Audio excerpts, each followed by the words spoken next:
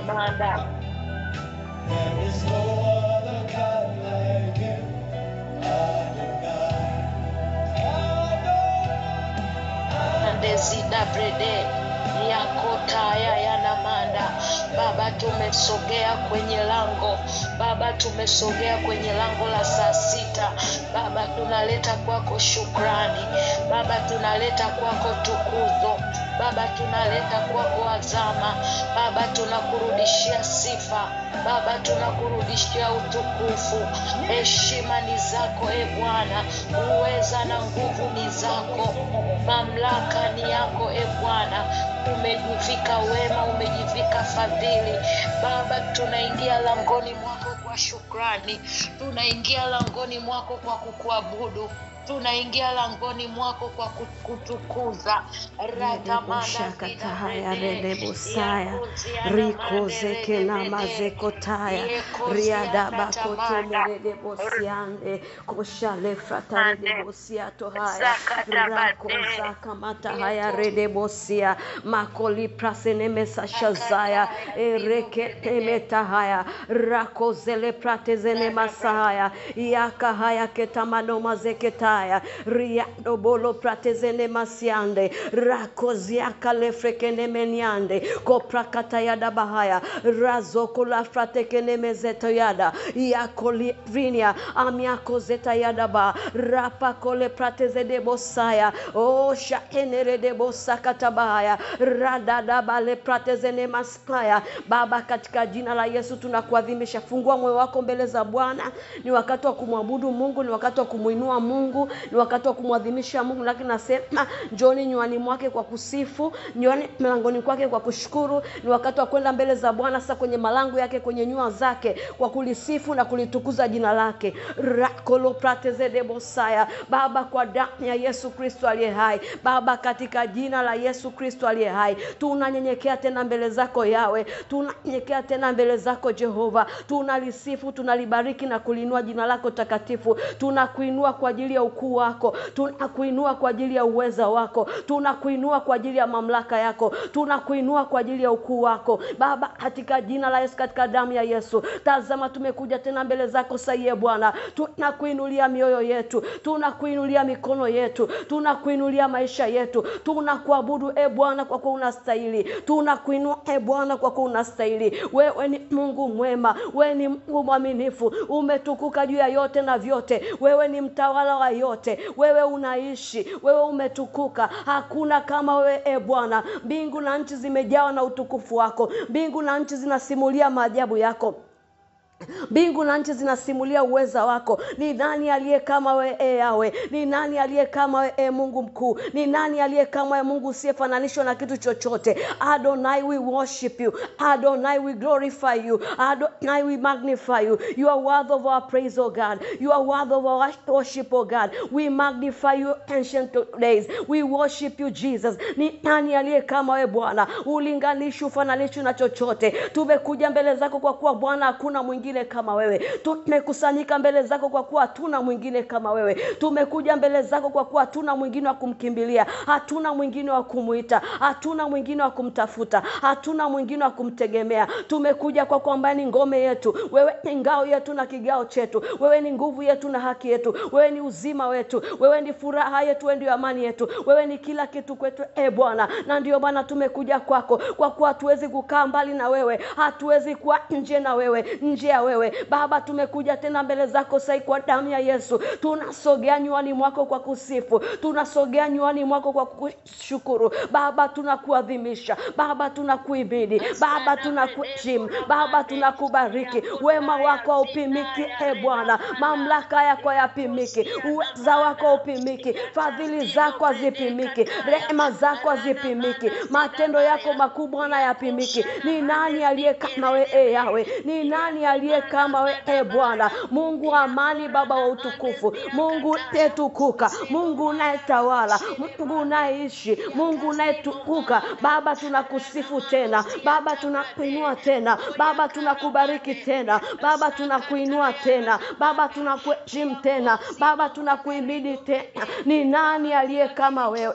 Ni nani aliye kama wewe? Ni nani aliye kama wewe? Umetukuka peke yako Bwana, umetukuka peke yako Bwana. Baba, ni nani aliye kama wewe? Wewe ni mtukufu kati ya watakatifu, wewe umetukuka juu ya wote utukuka. Baba, mbingu zako zinasimulia uweza wako, nchi inasimulia matendo yako makuu. Baba, bahari inasimulia uweza wako. Nasi Mungu tumekuja kama watoto wako Bwana, tunainua mioyo yetu kwako Baba, tunakusifu kwa tukuzo, kwa shukrani, kwa adhama, kwa mamlaka na sifa. Tunakusifu Bwana, tukiungana na mbingu na nchi na majeshi yake yote Bwana. Tunakuinulia mikono yetu kukuabudu, tunakuinulia maisha yetu kukuabudu, tunakuinulia malango yetu kukuabudu. Tunaungana na vyote vilivyoko ndani yetu, tunaungana na vyote vinavyotuzunguka, tunaungana na kila kinachohusiana na maisha yetu Baba. Tumekuja kujihudhurisha mbele zako, tumekuja kujihudhurisha mbele zako, kulisifu jina lako takatifu, kuliinua jina lako takatifu, kuliabudu jina lako takatifu,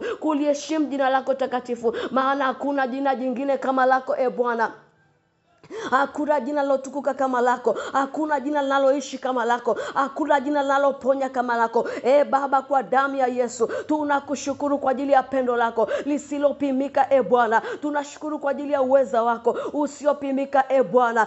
Baba, kwa damu ya Yesu ninakuinulia moyo wangu Bwana, ninatoa dhabihu ya shukrani mbele zako. Ninakuinulia moyo wangu Bwana, ninatoa shukrani na tukuzo mbele zako Bwana. Baba, pokea sifa, Baba pokea sifa, Baba pokea sifa. Ninakushukuru kwa ajili ya wakati huu tena Bwana, ninakuinua kwa ajili ya kila mmoja Bwana. Tunakushukuru kwa muda huu tena uliotupa Bwana, kuja kusambeleza uso wako Baba. Tunakushukuru, tunasema asante kwa uaminifu wako uliotubeba, kwa rehema zako zilizotubeba, kwa nguvu zako zilizotubeba. Asante kwa kutustahilisha tena Yesu, asante kwa kutuwezesha tena Yesu. Kama si wewe Yesu tusingesimama leo mahali hapa, kama si mkono wako kutusaidia tusingesimama, kama si neema yako tusingesimama. Yesu ninakushukuru, Yesu ninakushukuru. Pokea dhana Bwana, pokea mamlaka Bwana, pokea nguvu Bwana, pokea heshima Bwana. Wewe peke yako Yesu umetukuka, wewe peke yako Yesu umetukuka, wewe peke yako Yesu unatawala. Ni nani aliye kama wewe? Ni nani aliye kama wewe? Matendo yako ni makuu kama nini, uweza wako ni mkuu kama nini, mamlaka yako ni kuu kama nini. Baba, katika jina la Yesu ninakuabudu kwa ajili ya uzuri wako, ninakuabudu kwa ajili ya uaminifu wako, ninakuabudu kwa ajili ya uweza wako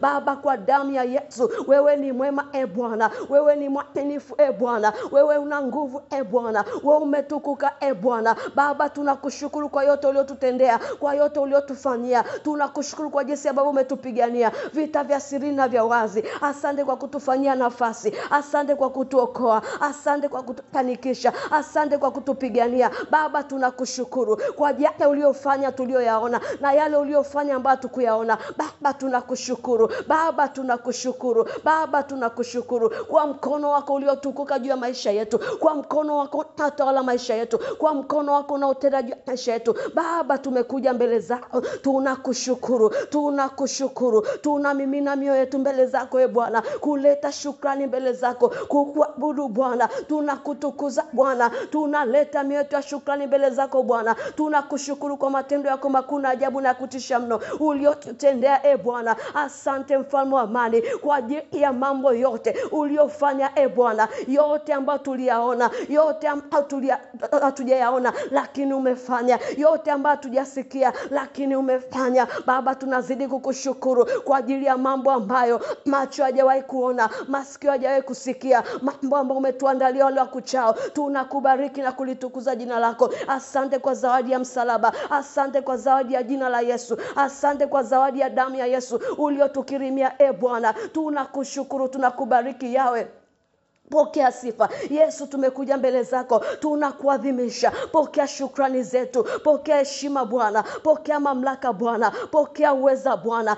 Ancient of Days tunakuabudu, Mungu wa miungu tunakuabudu, Baba wa amani tunakuabudu, Mungu mwenye nguvu tunakuabudu, Mungu mwenye mamlaka yote tunakuabudu, Mungu usiyeshindwa tunakuabudu, Mungu unaishi na kutawala milele tunakuabudu. Omnipotent God, we worship you Baba, katika jina la Yesu. Wewe ni mwaminifu, uliyetustahili Bwana, to live in you, to walk in you, to have our being in you. Father, we worship you. Father, we worship you. Father, we worship you. Magnificent, we worship you. Abba, Father, we worship you. Ancient of Days, we worship you. You are worth of our praise. You are worth of our praise. You are worth of our praise. We worship you, Jesus. We worship you, Abba. We worship our King, our Lord. Father, we worship you. We magnify Jesus. Tunakumagnify kwa mioyo yetu Baba. Umeinuliwa juu ya nyumba zetu, umeinuliwa juu ya ndoa zetu, umeinuliwa juu ya watoto wetu, umeinuliwa Bwana juu ya kila kinachotuhusu,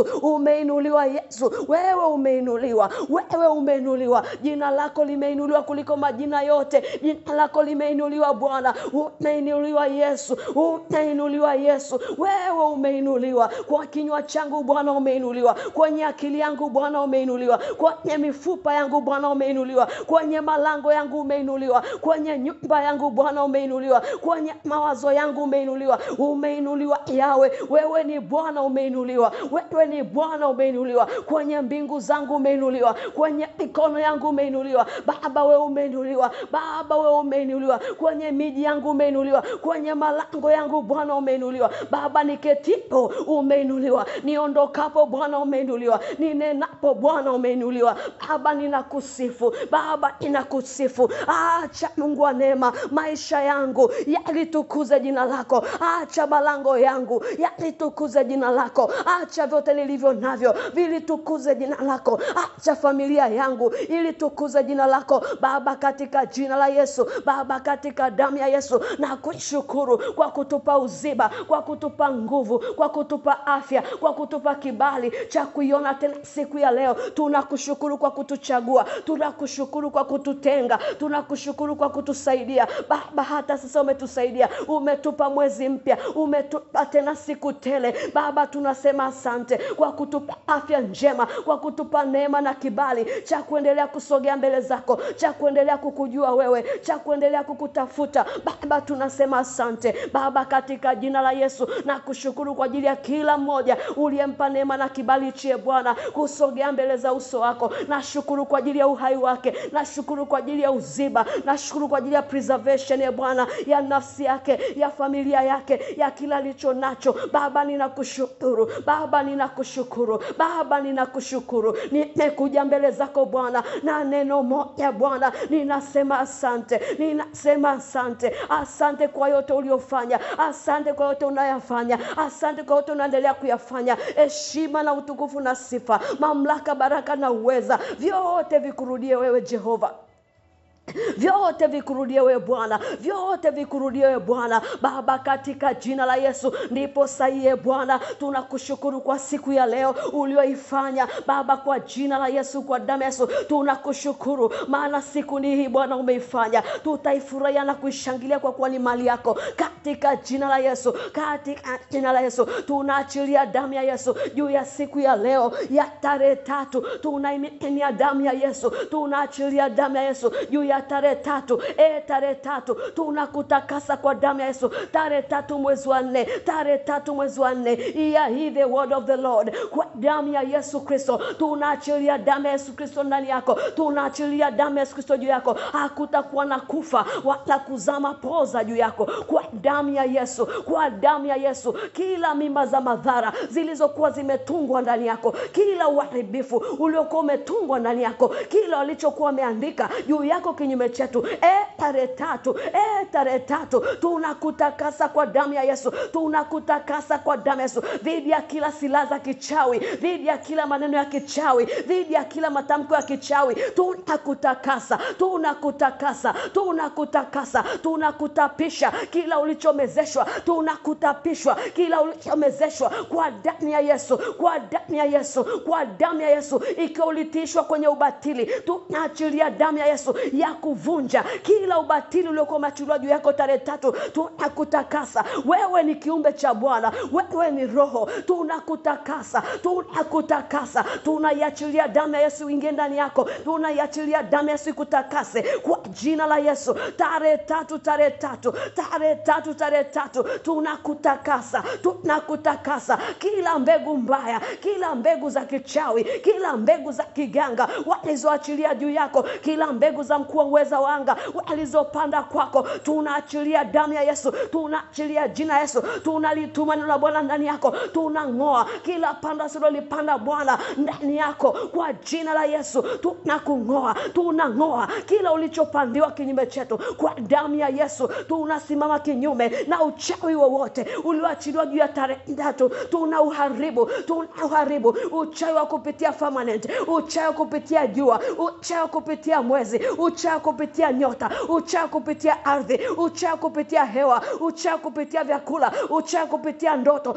Kwa damu ya Yesu tunaharibu kila uchawi uliounganishwa na wewe kwa damu ya Yesu. Malango yoyote yaliyofunguliwa wazi juu yako kwa ajili ya kupitisha uharibifu, kwa mamlaka tulionao katika Kristo Yesu, we release the authority we have in Christ Jesus by the blood of Jesus. Tunafunga kila mlango wa kuzimu uliofunguka kinyume chetu kupitia tarehe 3 kwa damu ya Yesu. Tunafuta mabaya yote yaliyopangwa tarehe 3. Tunaharibu kila mipango ya kuzimu tarehe 3 katika jina la Yesu. Rakozikataya ridedede boshande kobrate saliprataida pratosalianda riakozinia rakoziako sashaza pakariana mazekotaya rikedede boshia makatabarade bosaya makabahaya rekobahaya rikazi rekozia rekezekeniando rapokolia mazinia arikoniande rasazina akoriana mazekotabahaya.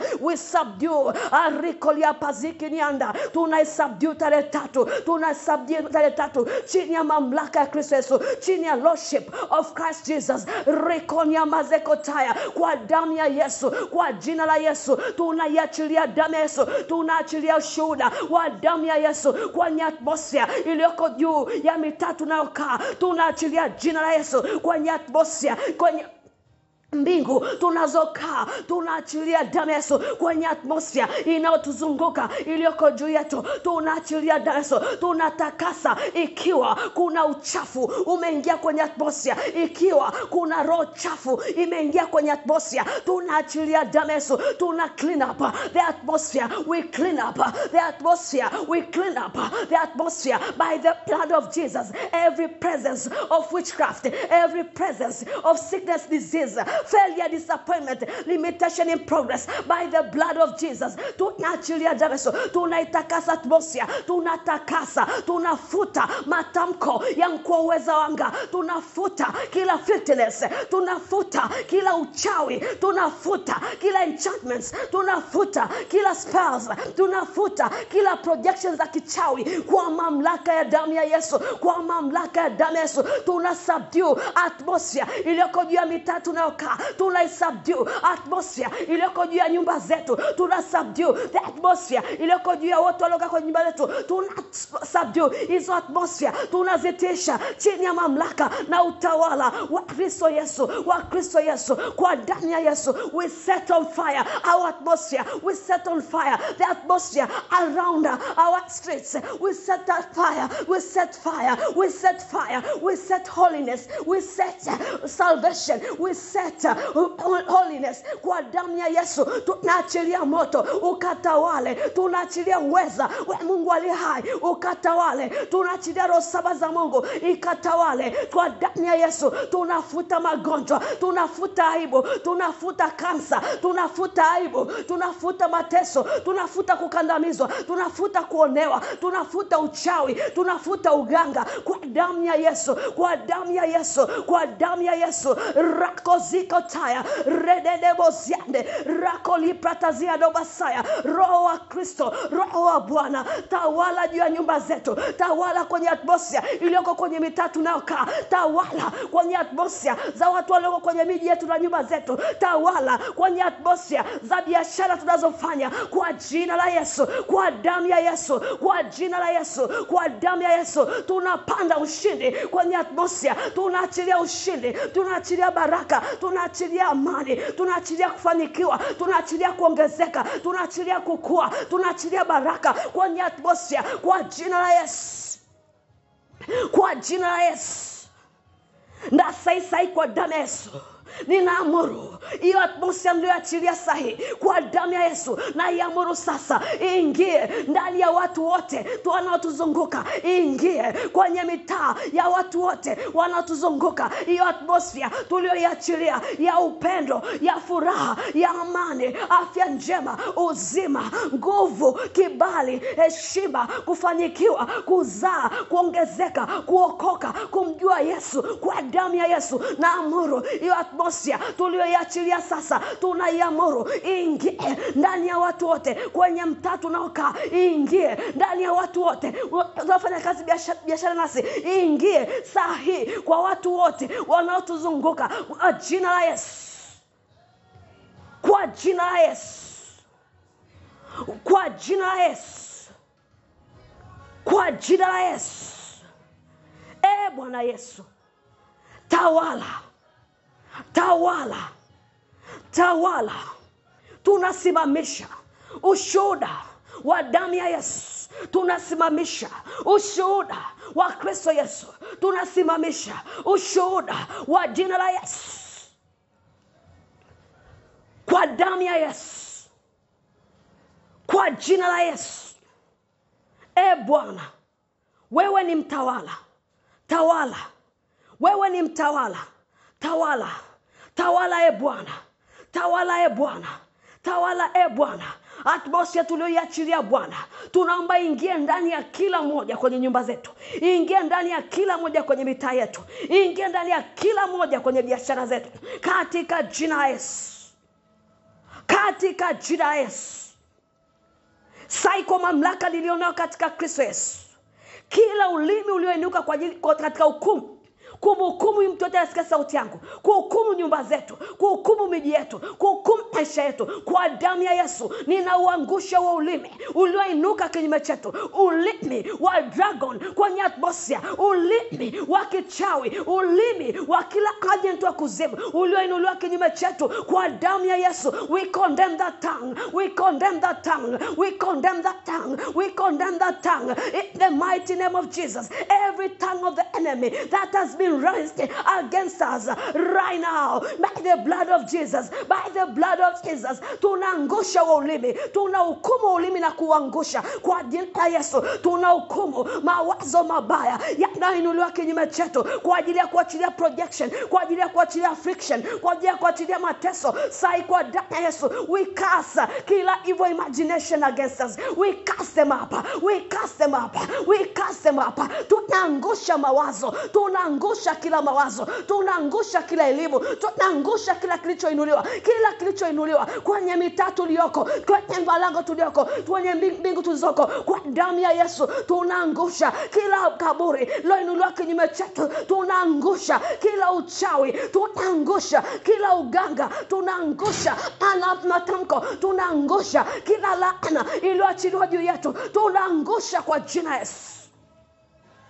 Kila kilichoinuliwa kinyume chetu, Kila kilichoinuka juu yetu kwa mamlaka tulionayo tunakiangusha, tunakiangusha, tunakiangusha, tunakiangusha. Kila antena zilizoinuliwa kinyume chetu kwa ajili ya kunasa sauti na mawimbi ya sauti na picha, sai kwa damu ya Yesu tunaangusha antena za kipepo zilizosimamishwa kupitia mawazo, kupitia akili, tunaziangusha kwa jina la Yesu. Koradebosia kataya. Radabazekeredebosaya. Rikozia kaseketabahaya. Yesha zakoriana mazele prata zadiaza. Rikonya mataya. Rekediabazako tabahaya. Kila uchawi, kila silaha ya kichawi itakayoinuliwa juu yetu haitafanikiwa kwa jina la Yesu. Haitafanikiwa kwa jina la Yesu. Haitafanikiwa kwa jina la Yesu. We decree and declare by the blood of Jesus. Tumethibitishwa katika haki. Tumekuwa mbali na kuonewa na mbali na hofu, wala itakaribia malango yetu kwa damu ya Yesu. Our families are preserved. Our health are preserved in the name of Jesus. Kila kinachotuhusu kinalindwa, kimefunikwa, kinalindwa kwa damu ya Yesu. Kwa damu ya Yesu. Hakuna uchawi juu ya Yakobo wala uganga juu ya Israeli kwa jina la Yesu. Baba wa amani tunakushukuru. Baba wa amani tunakuhimidi. Baba wa amani tunakuheshimu. Pokea sifa na utukufu na heshima.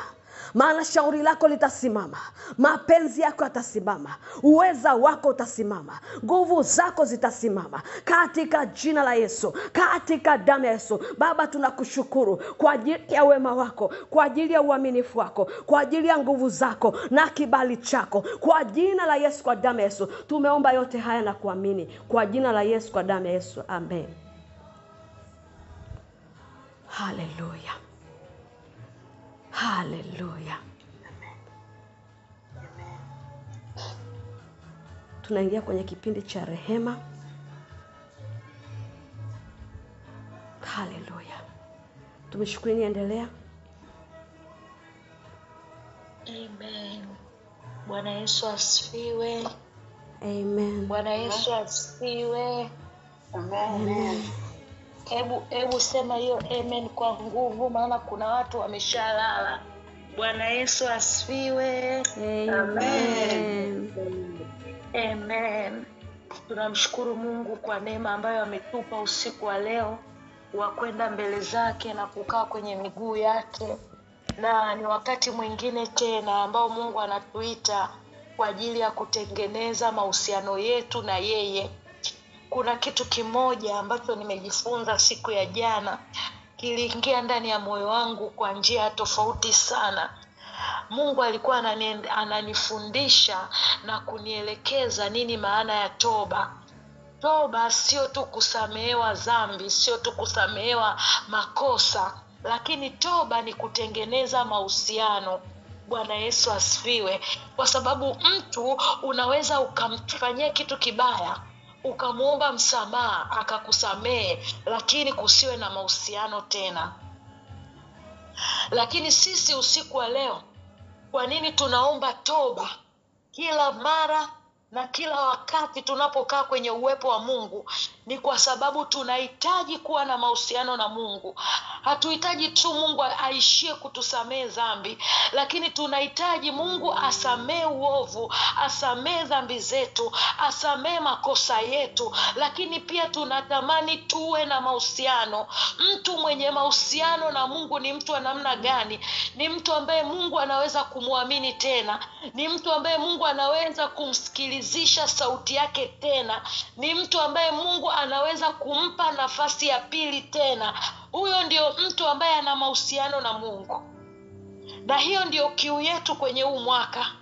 Mahusiano yetu na Mungu ni muhimu kuliko kitu chochote. Kwa hiyo usichoke na wala usiwe mvivu inapokuwa tunafika kwenye muda wa kuomba toba na rehema. Kwa sababu huu ni muda ambao tunatengeneza mahusiano yetu na Mungu.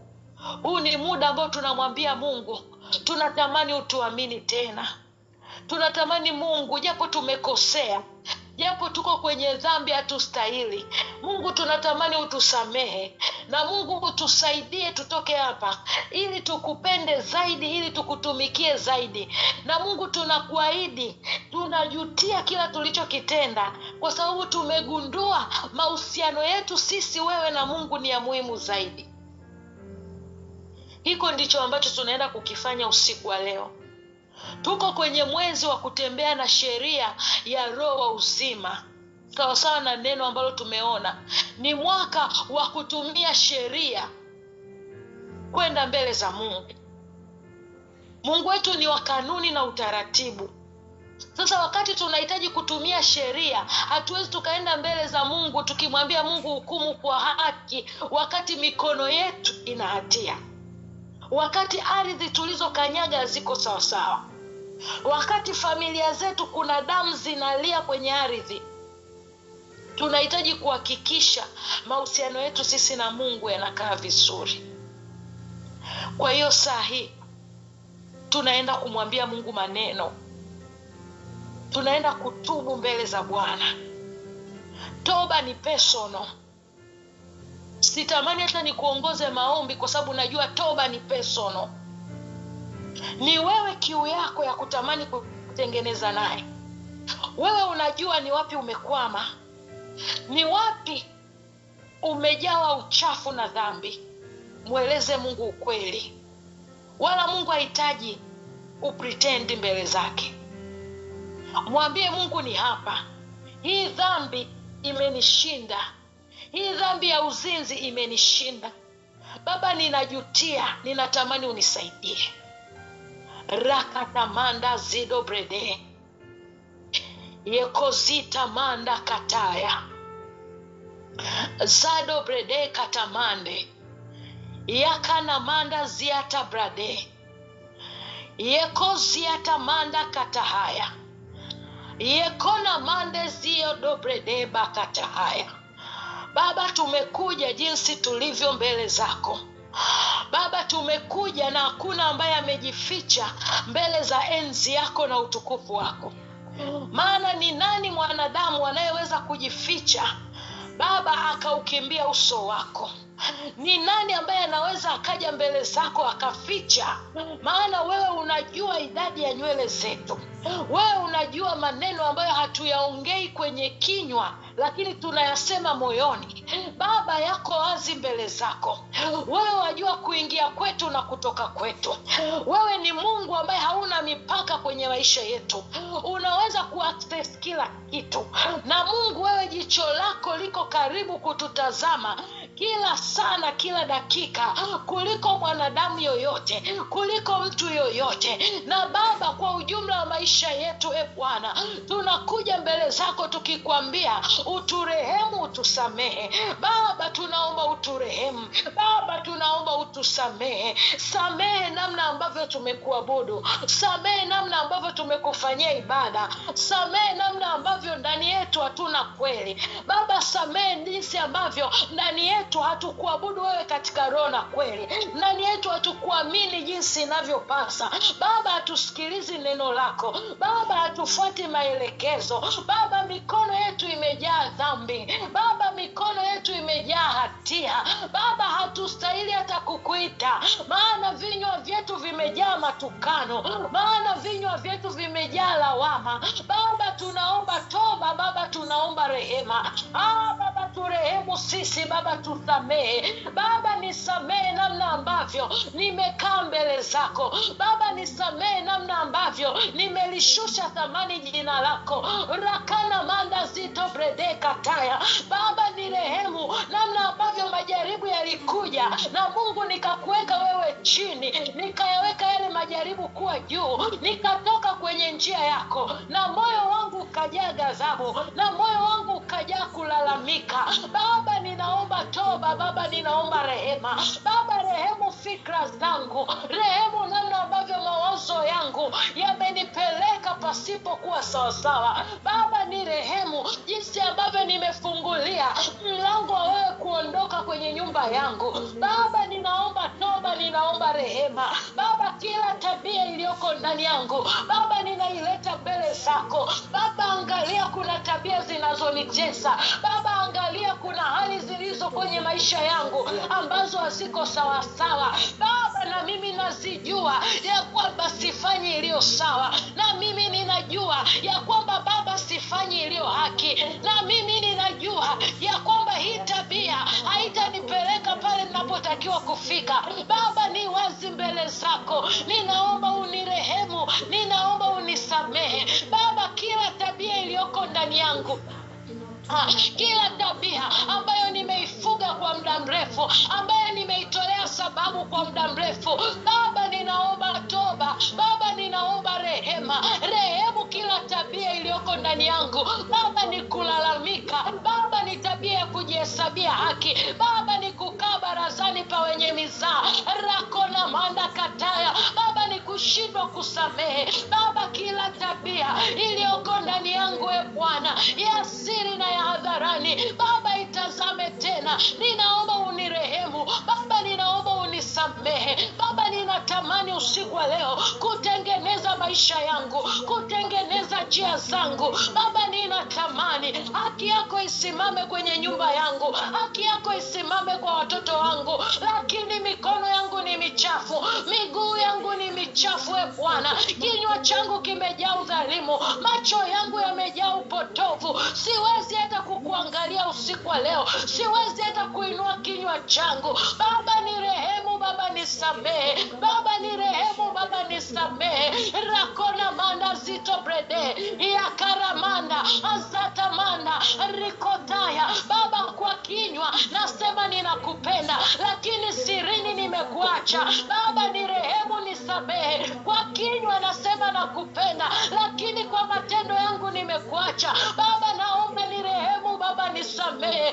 Rakana manda zito shataya rakotaya zito manda rakotaya azata bade Baba, nimekosa Baba, nimekosa Baba, nimekosa. Nahitaji rehema zako usiku wa leo, nahitaji rehema zako kwenye familia yangu Baba. Nimesimama Baba nikiwa nimebeba na uovu wa familia, na uovu unaopita kwenye bloodline Baba. Ninaomba toba Baba, ninaomba rehema. Azakana manda yakataya zito brede rekozika na manda Baba. Niende kwa nani Baba, nimwambie nani? Hizi dhambi zimenitesa arakana manda, hizi tabia zimeniumiza, hizi njia zimenipotosha Baba. Sijui namna ya kutoka hapa, sijui namna ya kuacha hili jambo, sijui namna ya kutoka kwenye njia yako, sijui nafanyeje.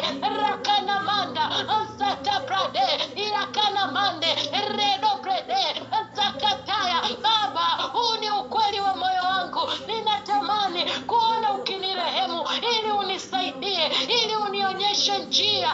Rakana manda rekosita mande rakataya. Ni kweli Bwana, nimetenda dhambi, ni kweli Bwana, nimetenda maovu.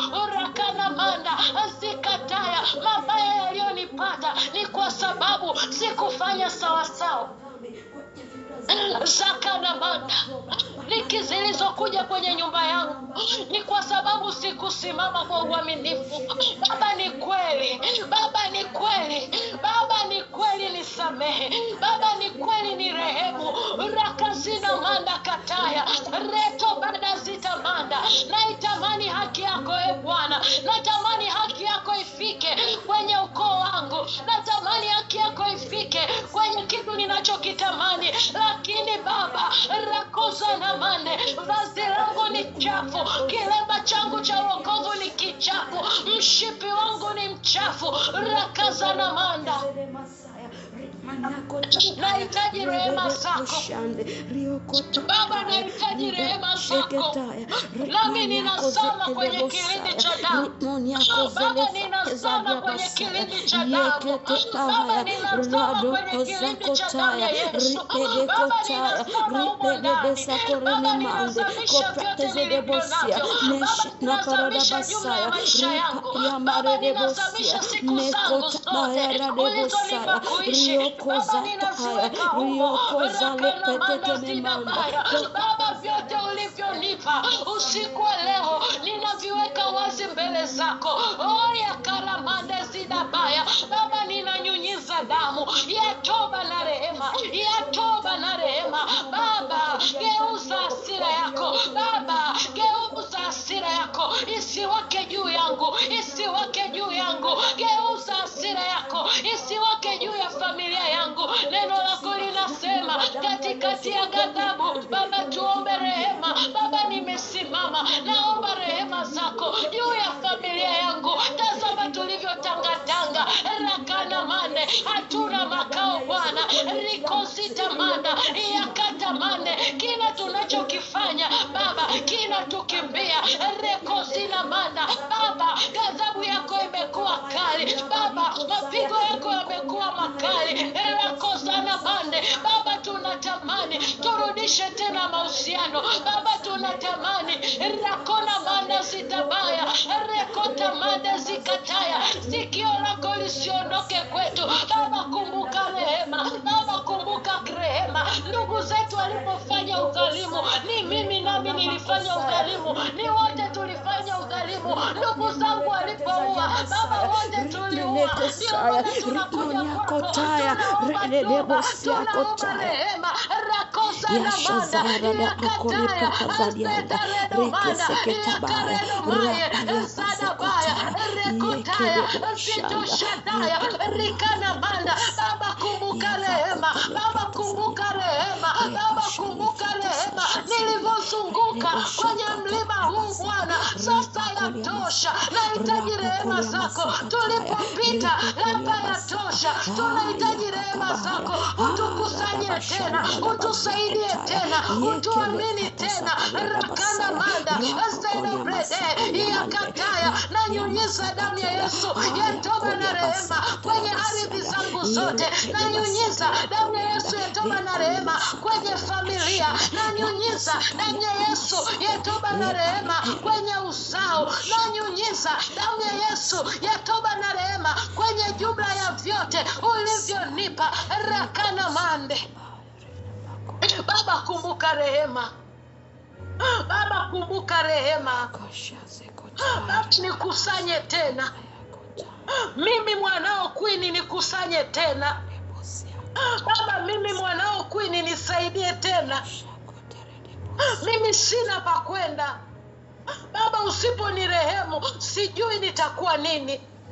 Baba usiponisaidia sijui mwisho wangu utakuwaje. Sijui hatima ya familia yangu itakuwaje. Sijui Baba. Usiku wa leo nisaidie, nitakase, nioshe kwa damu yako, nioshe kwa damu yako tena. Takasa vazi langu la wokovu, takasa kinywa changu e Bwana, takasa mwili wangu e Bwana, maana mimi ni kazi ya mikono yako. Uliniumba kwa sura na mfano wako e Bwana, uliniumba e Bwana kwa sura yako na mfano wako. Kila nilicho nacho is image of your glory. Baba nitakase kwa damu yako tena, nifanye upya. Ndani yangu ni nini kilichoharibika? Baba kifanye upya tena, kifanye upya tena kwa damu yako, kifanye upya kwa damu yako. Baba ni huu moyo usiku wa leo nakupa, ufanye upya tena, ukupendeze, ukuishie. Baba ni akili yangu usiku wa leo nakupa, ifanye upya e Bwana, itengeneze tena, ikubali shauri lako, ikubali makusudi yako. Baba ni hatua zangu, Baba nakupa, Baba zifanye jinsi unavyoweza.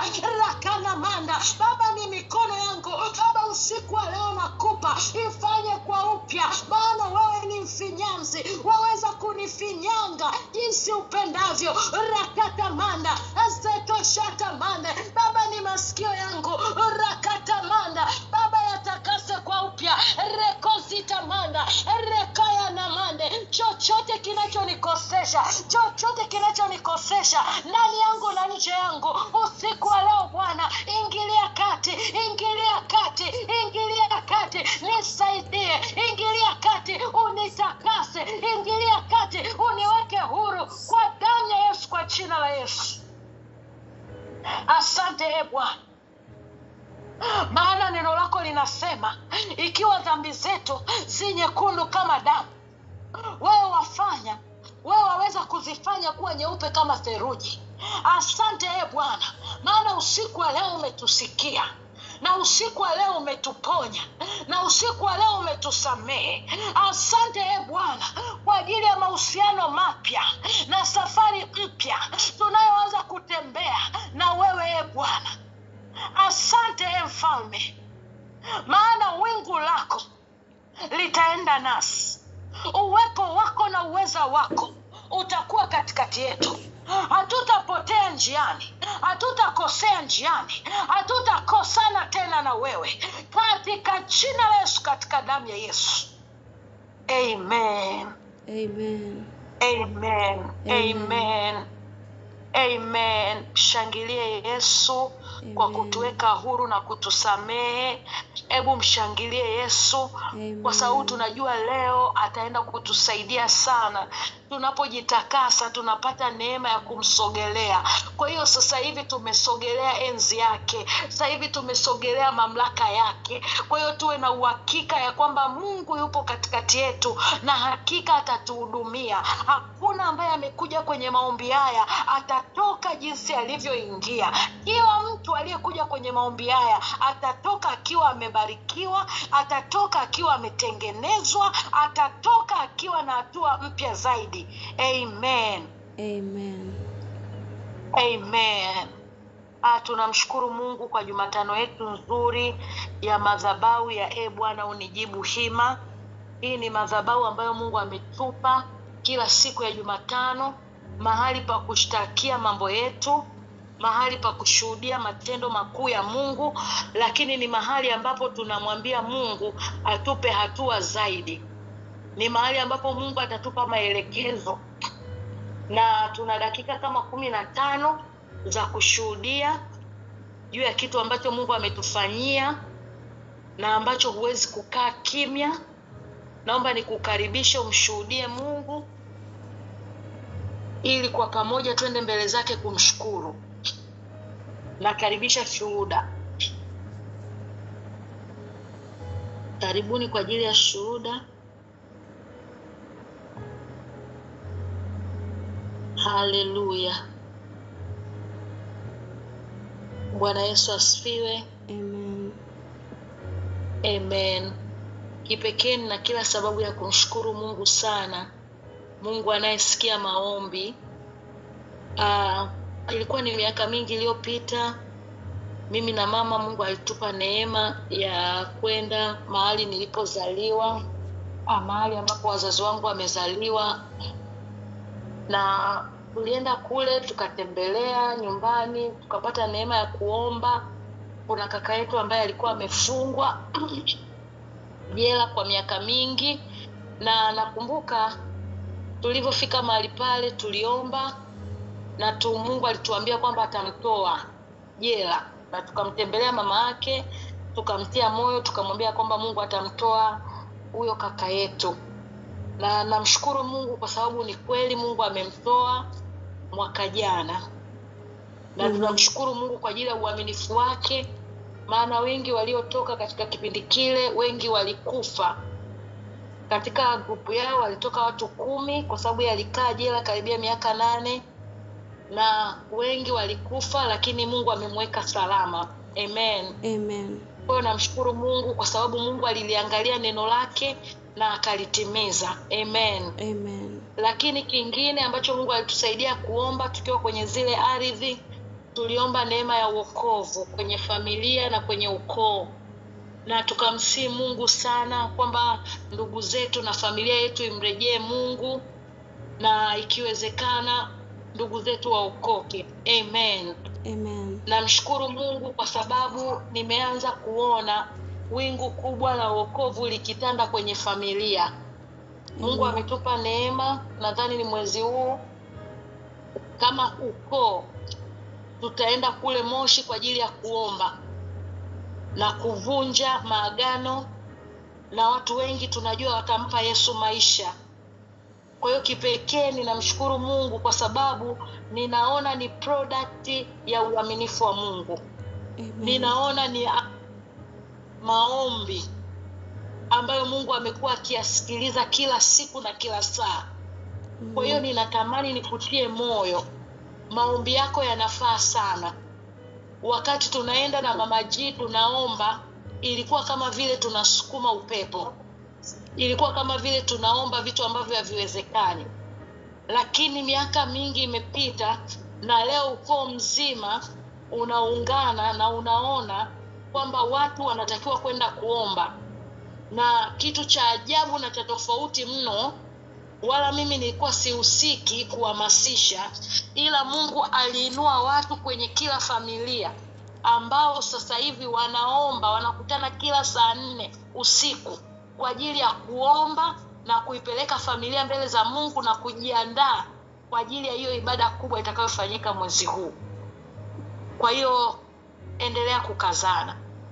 Tunapoomba kila siku, baada ya maombi ya usiku, tunapoomba neema ya wokovu kwenye familia, hebu maanisha Mungu anasikia kila ombi na Mungu anajibu kila ombi.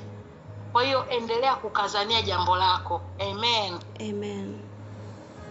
Amen. Amen. Amen. Na kama hakuna mwingine ambaye mwenye ushuhuda, natamani saa twende mbele za Mungu tukamshukuru. Sio kweli kwamba hakuna kitu ambacho Mungu ametufanyia. Najua inawezekana mengine hapo kwenye pipeline, inawezekana mengine unaona ni siri, huwezi kuyasema, lakini kwa umoja wetu twende mbele za Bwana tukamwambia asante. Twende mbele za Bwana. Baba, katika jina la Yesu, Baba, katika damu ya Yesu, umetenda mengi hatuwezi kueleza. Kila tukiangalia Bwana tunaona uaminifu wako. Kila tukiangalia Bwana tunaona nguvu zako. Kila tukiangalia Baba tunaona alama zako na hatua zako ambazo Bwana umetubeba katika kipindi chote hichi. Asante Bwana kwa kila ambacho umekitenda katikati ya maisha yetu. Asante kwa ajili ya shuhuda ambazo Mungu tumeziona. Mungu, maombi ya muda mrefu ambayo tuliomba kwa ajili ya familia, Mungu tumeona hayo maombi yakizaa matunda. Baba, kwa umoja wetu usiku wa leo tunakuambia asante. Na Mungu, wapo katikati yetu wanaokushukuru kwa imani, kwa sababu bado hawajaona ishara ya kitu chochote, lakini waliposikia matendo yao makuu ya ajabu, Baba, nao wamebeba sadaka zao kwenye mikono kama ishara ya kukupenda, kama ishara ya kukuishia. Na kwa umoja wetu Bwana tunakuambia asante. Na wapo wengine katikati yetu Bwana, umewatendea mambo ya siri ambayo hakuna anayejua. Mungu, hata katika hayo bado tumebeba sadaka zetu, tunakuambia asante. Baba, sadaka hii haiendani kabisa na kile ambacho umekitenda, lakini sadaka hii tunakutolea kwa moyo wa kupenda. Sadaka hii tunakutolea kwa moyo wa mkunjufu kabisa, tukikwambia Bwana, ikajenge madhabahu ya damu ya Yesu katikati ya maisha yetu. Na hiki kitu ambacho umetufanyia Bwana kikadumu na kikae. Matunda Bwana ya kila ulichokifanya Baba yakadumu, sio kwetu tu Bwana, ila ni kwa ajili ya watoto wa watoto wetu Mfalme. Na zaidi sana Mfalme wa utukufu, sadaka hii tunajua inaenda kufanya kazi yako. Tunajua sadaka hii Bwana inaipeleka injili mbele. Tunajua sadaka hii Bwana inaenda kuokoa nafsi za watu na roho za watu, inaenda kuwatoa mateka waliofungwa kwa muda mrefu. Sadaka hii Bwana tunajua ya kwamba inaenda kumwaibisha shetani. Baba, tunakuomba Mungu, sadaka hii utakapokuwa unatazama matokeo ya sadaka hii Bwana Mungu, ukanikumbuke na mimi Baba, ukakumbuke watoto wangu Baba, ukakumbuke uzao wetu Baba, ukatukumbuke na majina yetu Bwana yasiwe ni majina yatakayosaulika kwenye ufalme wako. Kupitia sadaka hii Bwana majina yetu yakakumbukwe na utukufu wako Bwana uzidi kuendelea mbele. Ni katika jina la Yesu sadaka hii tunaitoa kwenye madhabahu ya kuhani mkuu ambaye ndiye Yesu Kristo. Ni katika jina la Yesu tumeomba na kuamini. Amen. Amen. Amen. Amen. Basi Mungu akupe neema, akupe uaminifu. Hakikisha sadaka yako unaituma muda huu. Acha kulimbikiza sadaka. Huo ni mlango ambao shetani anapita, anakupiga magoli. Amen. Amen. Karibu mtumishi wa Bwana. Amen. Bwana Yesu asifiwe. Tuna kila sababu ya kumshukuru Mungu kwa ajili ya neema yake na uaminifu wake. Tunamshukuru kwa nafasi ambayo Mungu ametupa tena kwa mwezi Aprili. Tunamshukuru kwa ajili ya neema yake iliyokubeba na kufikisha mwezi wa April. Tunashukuru kwa ajili ya ulinzi wake ambao tayari uko kwenye milango. Tunashukuru kwa ajili ya mafuta yake ambayo ametupaka siku ya kuvuka kuingia kwenye mwezi wa 4, tukiamini kabisa mkono wake, nguvu zake, fadhili zake ziko pamoja nasi kutusaidia kwa ajili ya kushinda tena kisheria mwezi wa 4. Jina la Bwana libarikiwe. Baba, katika jina la Yesu, katika damu ya Yesu, tunakushukuru tena kwa ajili ya wakati huu Bwana, tunapojiandaa kusikia kutoka kwako. Neno lako Bwana linatia nuru, neno lako ni uzima, neno lako ni kweli. Neno lako ni chakula kutoka mbinguni. Baba, kwa damu ya Yesu tunanyenyekea kwako. Tunakuomba Roho Mtakatifu katutakase, ukaandae mioyo yetu kwa ajili ya kuweza kupokea kila kinachotoka kwenye kinywa cha Mungu sahihi. Baba, kwa damu ya Yesu, kwa jina la Yesu, tunakuomba mapenzi yako makamilifu uliokusudia kuyaweka kwetu leo, siku ya leo, kuweka msingi wa kile unachotaka kukifanya kwenye maisha yetu kwa mwezi huu Bwana. Tujalie kuweza kukipokea kwa ukamilifu Bwana. Unapo lay foundation kwa ajili ya mwezi mzima Bwana, tunakuomba ukatujalie mioyo yetu ikawa receptive kwa ajili ya kupokea makusudi yako, kupokea neema uliyoikusudia kwa ajili yetu mwezi mzima. Ninaombea kila mmoja aliyesimama mbele zako kama mwakilishi wa familia aliyoko Bwana. Baba, nakushukuru maana najua utamtumia kama chombo kwa ajili ya kusimama mbele zako, kwa ajili ya kutetea, kwa ajili ya kusimama, kwa ajili ya kusema kwa niaba ya familia yake. Mungu, nakushukuru kwa kuwa ninajua leo neema yako na nguvu zako kupitia neno lako itaingia ndani yake. Nami Mungu najinyenyekesha kwako, naomba unitumie kama chombo sana utakavyo. Roho Mtakatifu, najitisha chini ya mamlaka yako na nguvu zako, najitisha chini ya uweza wako, naomba nitumie kama chombo, ya kwangu yakanyamaze kimya, kwako kasimame, katika jina Yesu, katika damu ya Yesu aliye hai. Asante kwa ajili ya wingu lako Bwana lilotufunika. Asante kwa malaika wanaohudumu madhabahuni mwako waliotufunika. Tunakushukuru maana tunaenda kuona wema wako katika nchi walio hai. Ni katika jina la Yesu, katika damu ya Yesu nimeomba na kuamini. Amen. Haleluya. Amen. Tunamshukuru Mungu kwa ajili ya neema aliyotupa. Tunamshukuru kwa ajili ya mwezi uliopita, kwa jinsi ambavyo Mungu alitusaidia kutembea kwenye kuyajua mapenzi yake na kushughulikia vitu mbalimbali vilikuwa vinazuia tusifanye mapenzi ya Mungu, ikiweko ni uhusiano wako na nyota yako, uhusiano wako na Mungu, na kila kinachotakiwa kufanyika kwako kupitia mawazo, maneno na matendo yako, ili kuweza kualign na mapenzi ya Mungu. Tunaamini kabisa mkono wa Mungu ulikuwa pamoja nasi na Mungu amekusaidia kwenye eneo lako. Na kitu muhimu ambacho ninapenda sana kukisitiza kwako, kuwa na ushirika na uhusiano na neno la Mungu ni muhimu sana. Tumetoka mwezi wa March, lakini kitu ambacho nitaendelea kukiongea kila siku, huwezi kuyajua mapenzi ya Mungu kama usomi neno la Mungu. Huwezi kujijua haki zako kama usomi neno la Mungu. Leo tuko kwenye issue ya kisheria, pia na neno la Mungu linahusika. Kila kitu kwa habari ya unapoingia kwenye ufalme wa Mungu, unatakiwa ujue neno la Mungu sana. Bwana Yesu asifiwe. Kila mtu jitahidi, every day you must have time to read Bible. Jitahidi uwe na muda kusoma neno na kumeditate. Ni muhimu sana kwa sababu ndio nguvu yako ya mtu wa ndani, ndio nguvu yako ya ndani. Bwana Yesu asifiwe. Amen.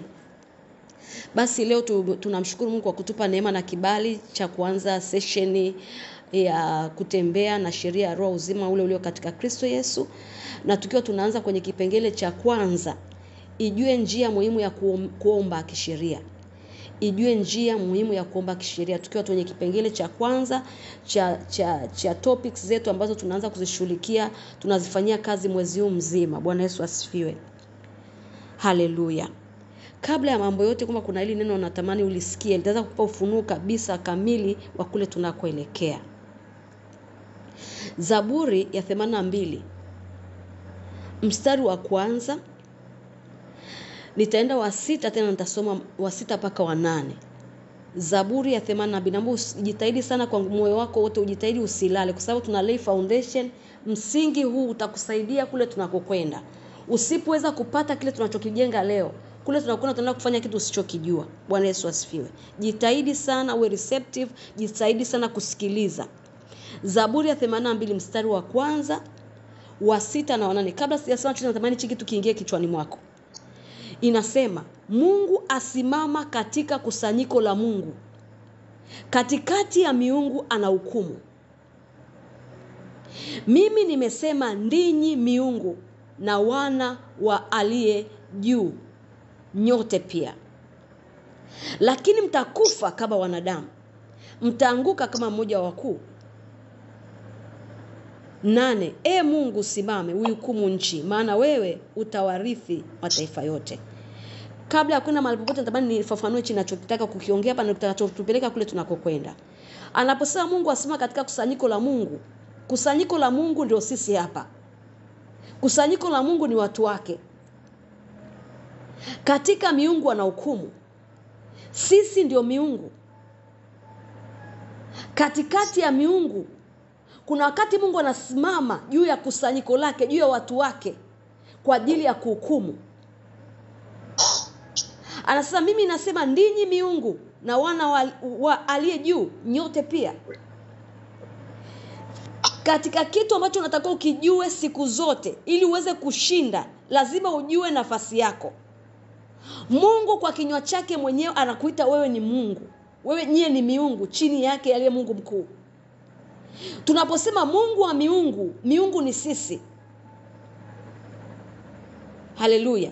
Na anasema katikati ya kusanyiko la Mungu, katikati ya miungu ana hukumu. Kwa hiyo kuna wakati Mungu anaweza kasimama kwenye maisha yako kama Mungu na kufanya hukumu.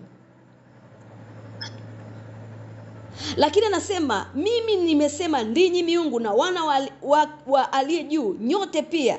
Lakini mtakufa kama wanadamu. Kwani Mungu anasema yani nyinyi pamoja kwamba ni miungu, mnakufa kama wanadamu. Kosa kubwa. Nafasi ambayo Mungu ametuwekea kwenye ulimwengu wa roho. Lakini anasema bado nimeweka kwenye nafasi, lakini mnakufa kama wanadamu. Ina maana mtu yoyote ambaye anaitwa kwa jina la Yesu, ambaye anamwamini Mungu kama Bwana na Mwokozi, anamwamini Yesu kama Bwana na Mwokozi wa maisha yake, ambaye amenunuliwa kwa damu ya Yesu, mbele za Mungu, Mungu akikutazama anakuona ni mtoto wake. Kwa hiyo wewe unafanana na yeye, wewe ni Mungu. Na kama ni Mungu, hutaki kufa kama mwanadamu.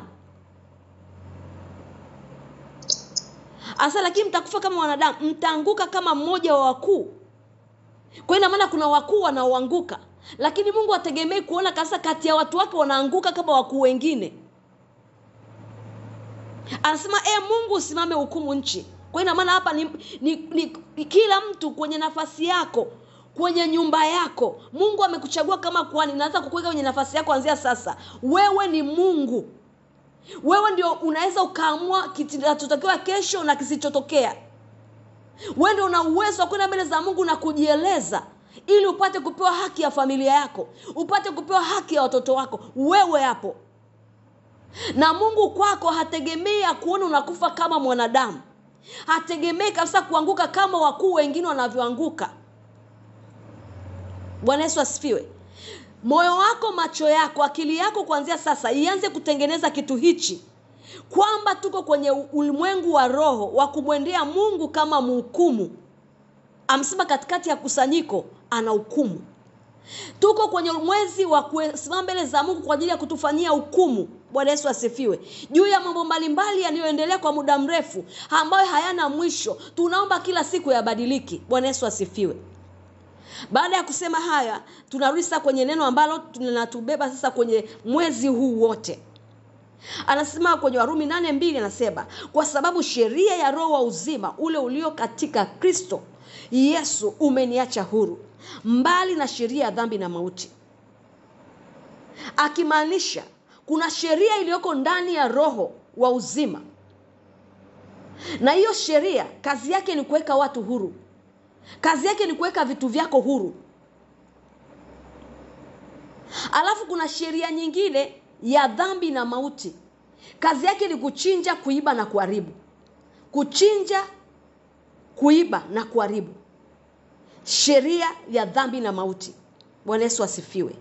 Kwa leo tuko kwenye nafasi ambayo Mungu ametupa sasa kwenye mwezi huu mzima, wewe na mimi, kusimama kwenye nafasi tuliopewa katika Kristo Yesu kwa sheria ya roho uzima ambayo inapatikana kwenye neno lake, kwa roho wake, kusimama nayo kinyume na sheria ya dhambi na mauti iliyotawala kwenye damu, inayotawala juu ya familia, inayotawala kwenye ardhi, ambayo shetani anaitumia sasa kisheria kwa ajili ya kuiba, kuchinja na kuangamiza. Bwana Yesu asifiwe. Sheria ya uzima iko ndani yako, na sheria ya dhambi na mauti pia iko kwako, na nitakuelezea kuweza kujua why law of life is in you and law of death is in you. Kila mtu ndani yake ana mamlaka ya ku activate au kutembea katika sheria ipi. Hii ni kuendana na kile ambacho Roho Mtakatifu anakueleza kukifanya leo. Ndani yako na ndani yangu kuna sheria ya dhambi na kuna sheria ya uzima. Sheria ya uzima iko ndani ya roho zetu. Sheria ya dhambi iko kwenye miili yetu. Platform ya shetani kudhihirisha au kusimamia au kuinua hii sheria ya dhambi na mauti ni mwili wangu na mwili wako, our flesh. Na sehemu ya roho wa uzima, na ambao Mungu na roho wake Mtakatifu na Yesu Kristo wanaweza wakatufanikisha, ni kupitia sheria ya uzima iliyoko ndani yetu. Sasa inategemea wewe au mimi, ni kitu gani unafungulia kufanya kazi kwenye maisha yako. Ni sheria ipi, ya uzima au sheria ya mauti? Bwana Yesu asifiwe. Na tutakuwa na neno la kutupeleka kwenye reference kujua ni kwa nini hivyo. Basi kwenye Wakorintho wa pili 4:12 naweka msingi, jitahidi sana kunisikiliza. Basi hapo mauti hufanya kazi ndani yetu, bali uzima ndani yenu. Basi hapo mauti hufanya kazi ndani yetu, bali uzima ndani yenu. Kwa ina maana ndani yangu na yako sheria zote zipo na zinafanya kazi, inategemea umeactivate sheria gani. Na Mungu kila mtu amempa power of choice kuamua anainua sheria gani itawale maisha yake. Ukitumikia matendo ya mwili, umeinua sheria ya dhambi na mauti, na shetani ataitumia sheria ya dhambi na mauti kwa ajili ya kuchinja, kuiba na kuangamiza. Bwana Yesu asifiwe. Na mateso tulionao mpaka leo hapa tulipo ni kwa sababu ya sheria iliyotokana na our flesh, kutoka kizazi cha kwanza, cha pili, cha tatu na cha nne. Bwana Yesu asifiwe. Pia neno la Mungu linatuongoza kwenye Warumi 8:6 kutusaidia hicho ambacho nakisema sheria ya dhambi na mauti iko ndani yako na yangu. Warumi 8:6 nasema, kwa kuwa nia ya mwili ni mauti. Nia ya mwili ni mauti, bali nia ya roho ni uzima na amani. Kwa hiyo roho yako nia yake ni uzima na amani, lakini mwili nia yake ni mauti. Na hapo ndipo ambapo shetani anasimamia kama platform ya kuendelea kutushtaki, ya kututesa, ya kutupiga vizazi kwa vizazi. Kuna kitu kimoja ambacho natamani ukiweke kichwani kwako kuanzia leo na sasa hivi. Kama tunavyofika kama tunasema sasa hivi tunaomba rehema kwa ajili ya vizazi vinne vilivyopita. Kumbuka na wewe pia ni kizazi ambacho pia usipokuwa careful, usipofanya nafasi yako kitarithi. Na wengine watakuja kufika mahali waombe, washukuru kwa ajili ya kizazi kilichopita ambacho kilisimama kwa ajili ya baba yao. Au utakuwa ni kizazi cha uvivu, usiyesimama kwenye nafasi yako, ambao kizazi kinachokuja pia kitateseka kuanza kuomba tena kwa ajili ya my ancestors waliopita kabla yangu, uovu waliofanya. Bwana Yesu asifiwe. Natamani kuanzia hapa, hiyo ni kizazi ambacho kinatakasa damu, kinatakasa vizazi vilivyopita, ili vizazi vinavyokuja vifanyikiwe. Bwana Yesu asifiwe. Kila mtu ana wajibu kwenye eneo liloko kama Mungu aliyekupa dhamana kusimama kwenye nafasi yako kwenye familia yako kwa ajili ya kuhakikisha kwamba sheria ya roho wa uzima ule ule katika Kristo Yesu inatawala kwenye damu, inatawala kwenye ardhi, inatawala juu ya watu wote ambao unawaombea wewe. Ni muhimu kujua Mungu amekupa mamlaka kusimama na hiyo sheria ya roho uzima ndani yako. Mtu yote aliyokoka yani ni kitu ambacho nataka uanze ku-exercise sasa hivi. Hakikisha kwamba hakuna matendo ya mwili yanasimama kwenye maisha yako ya kukuzuia wewe kusimama kwenye nafasi yako kwa ajili ya kuombea familia, kwa sababu shetani anatembea kwa mashtaka. Anazuia vitu vyako kwa mashtaka, na tutaenda kwenye neno na kuweza kujua na operate vipi. Bwana Yesu asifiwe. Ijue njia muhimu ya kuomba kisheria. Tuko kwenye title hiyo. Kwa sababu kitakachokupa nguvu ya kufanikiwa sana kila siku mbele za Mungu ni sheria ya uzima. Na kitakachokupa kufeli kila siku ni sheria ya dhambi na mauti inayotawala mwili wako. Sasa inategemea wewe mwenyewe umeamua unafungulia nini kifanye kazi. Ni mwili wako ufanye kazi ili mauti ifanye kazi? Shetani apate mlango wa kusimamia kwa ajili ya kuafflict, kukupiga, kuchinja, kuua? Au unaamua kufungulia uzima ili kufungulia sheria roho uzima ili familia yako ipokee huo uzima? Kwa sababu kumbuka, wewe ndio unayeambukiza kitu kipya kwenye familia through prayers, through consecration, through fasting. Wewe hapo ndio muhusika wa kubadilisha yale yaliyokuwa yamefanyika mwanzo. Lakini basi utabadilishaje yale yaliyofanyika mwanzo kama utakuwa unatembea bado na sheria dhambi na mauti? Utafanikishaje familia yako ikae kwenye yale makusudi ya Mungu ya kiungu yaliyokusudiwa tangu mwanzo kama wewe bado utakuwa unatembea kwenye sheria dhambi na mauti? Wakati umeisha kutembea na Yesu Kristo tukiwa lukewarm, ni wakati umeisha kabisa. Tuko kwenye nyakati za kuja kwa ya Yesu Kristo kudhihirishwa kwenye maisha yetu kama tulivyojifunza from the beginning. Lakini je, Mungu akija kwako na kukutaje? Akikuuliza nionyeshe umefanya nini tonga umeokoka, kitu gani umebadilisha kwenye familia yako, unaweza ukamonyesha nini? Bwana Yesu asifiwe. Nataka nikuulize wewe swali hapo, toka umeokoka umebadilisha nini kwa watu wanaokuzunguka? Hata ukasema hii hapa ni ushuhuda kwamba Yesu amefanya kitu kwenye familia yangu. Au wewe ni yule mtu ambaye unaitumia sheria ya roho uzima kwa ajili yako tu mwenyewe? Ule wewe, ufanikiwe wewe, nuru iwe kwako wewe, watoto wako wafanikiwe, lakini umesahau ndugu zako, umesahau familia yako. Naongea na mtu hapa, tuko kwenye nyakati za kusimama kila mtu kuhakikisha kama Mungu kwenye eneo lako, kuhakikisha kwamba Mungu anapata access kwa sheria ya roho uzima ili vitu vingi kwenye familia virudi kwenye alignment.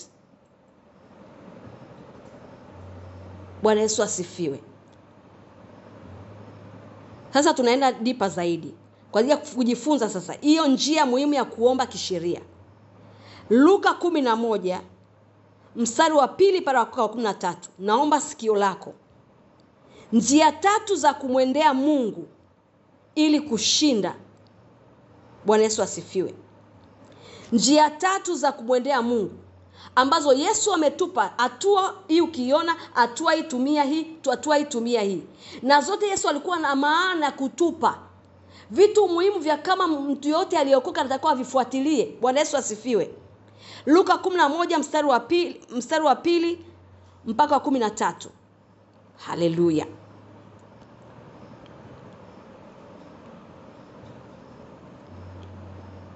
Bwana Yesu asifiwe. Neno la Mungu linasema, akawaambia, msalipo semeni, Baba yetu uliye mbinguni, jina lako litukuzwe, ufalme wako uje, mapenzi yako yatimizwe hapa duniani kama uko mbinguni. Utupe siku kwa siku riziki yetu.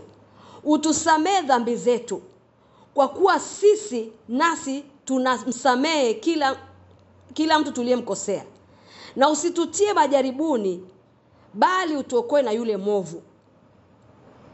Hii ni hatua ya kwanza ambayo Yesu alikuwa anafundisha wanafunzi wake jinsi ya kuomba.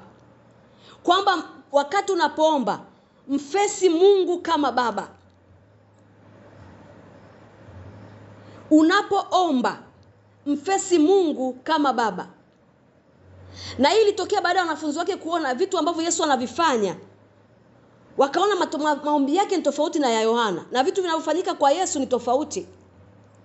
Na ndipo akaanza kuwafundisha jinsi ya kumwendea Mungu. Lazima Mungu umwendee kama Baba. Hatua ya kwanza Yesu aliwafundisha ya kumwendea Mungu, itumie kama Baba. Na hii hatua anaonyesha kasa hatua ya kupata riziki na mahitaji yako ya siku kwa siku. Hii eneo hili lazima umfesi Mungu kama baba, na kuamsha mfululizo wake na jinsi ya kuifuata, na lazima usamee na kila kitu. Yesu anaonyesha hatua ya kwanza.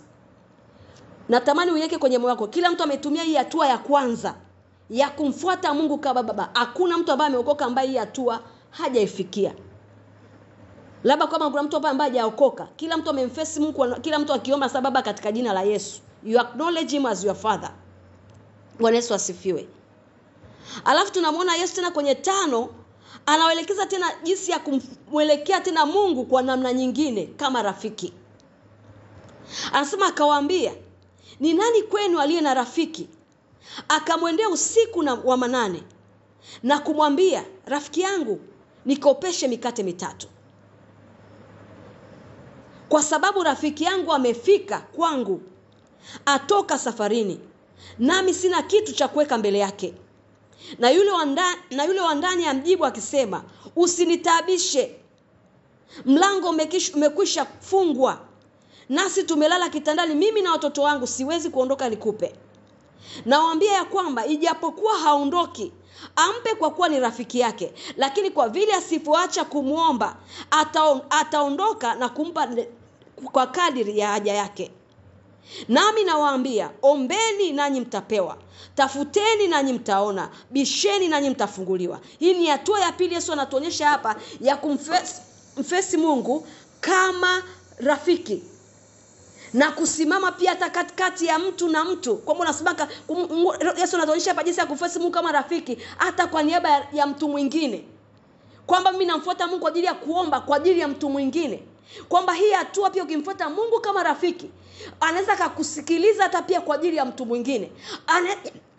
Anaweza kusikiliza pia kwa ajili ya taifa, anaweza kusikiliza kwa ajili ya familia, anaweza kusikiliza kwa ajili ya mtu rafiki yako.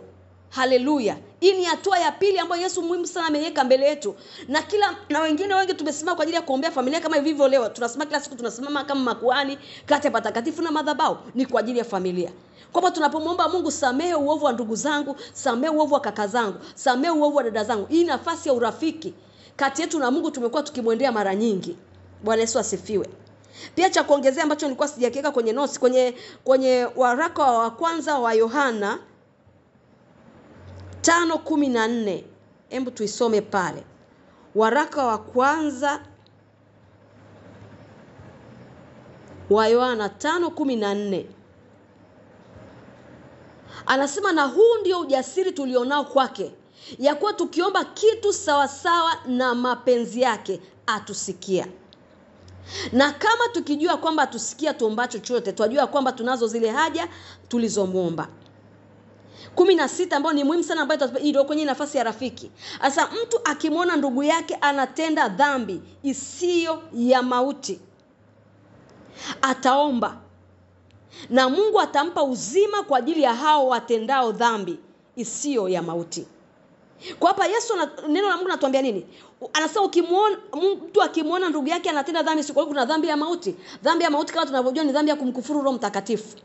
Sasa mtu akimwona ndugu yake anatenda dhambi sio ya mauti, ataomba. Kwa neno la Mungu natuambia huyu mtu anaweza kusimama kati ya Mungu na huyo mtu, akaomba kwa ajili yake mbele za Mungu. Na Mungu anasema Mungu atampa uzima kwa ajili ya hao watendao dhambi sio ya mauti. Kwamba ule uzima wa yule mtu, yani Mungu ataupitisha kwako, afu yule ataupokea. Ule uzima ikile tunataka kitokea kwenye nchi yako, Mungu atakipitisha, atakifanya kwa ajili yako ili hiyo nchi iweze kukipokea.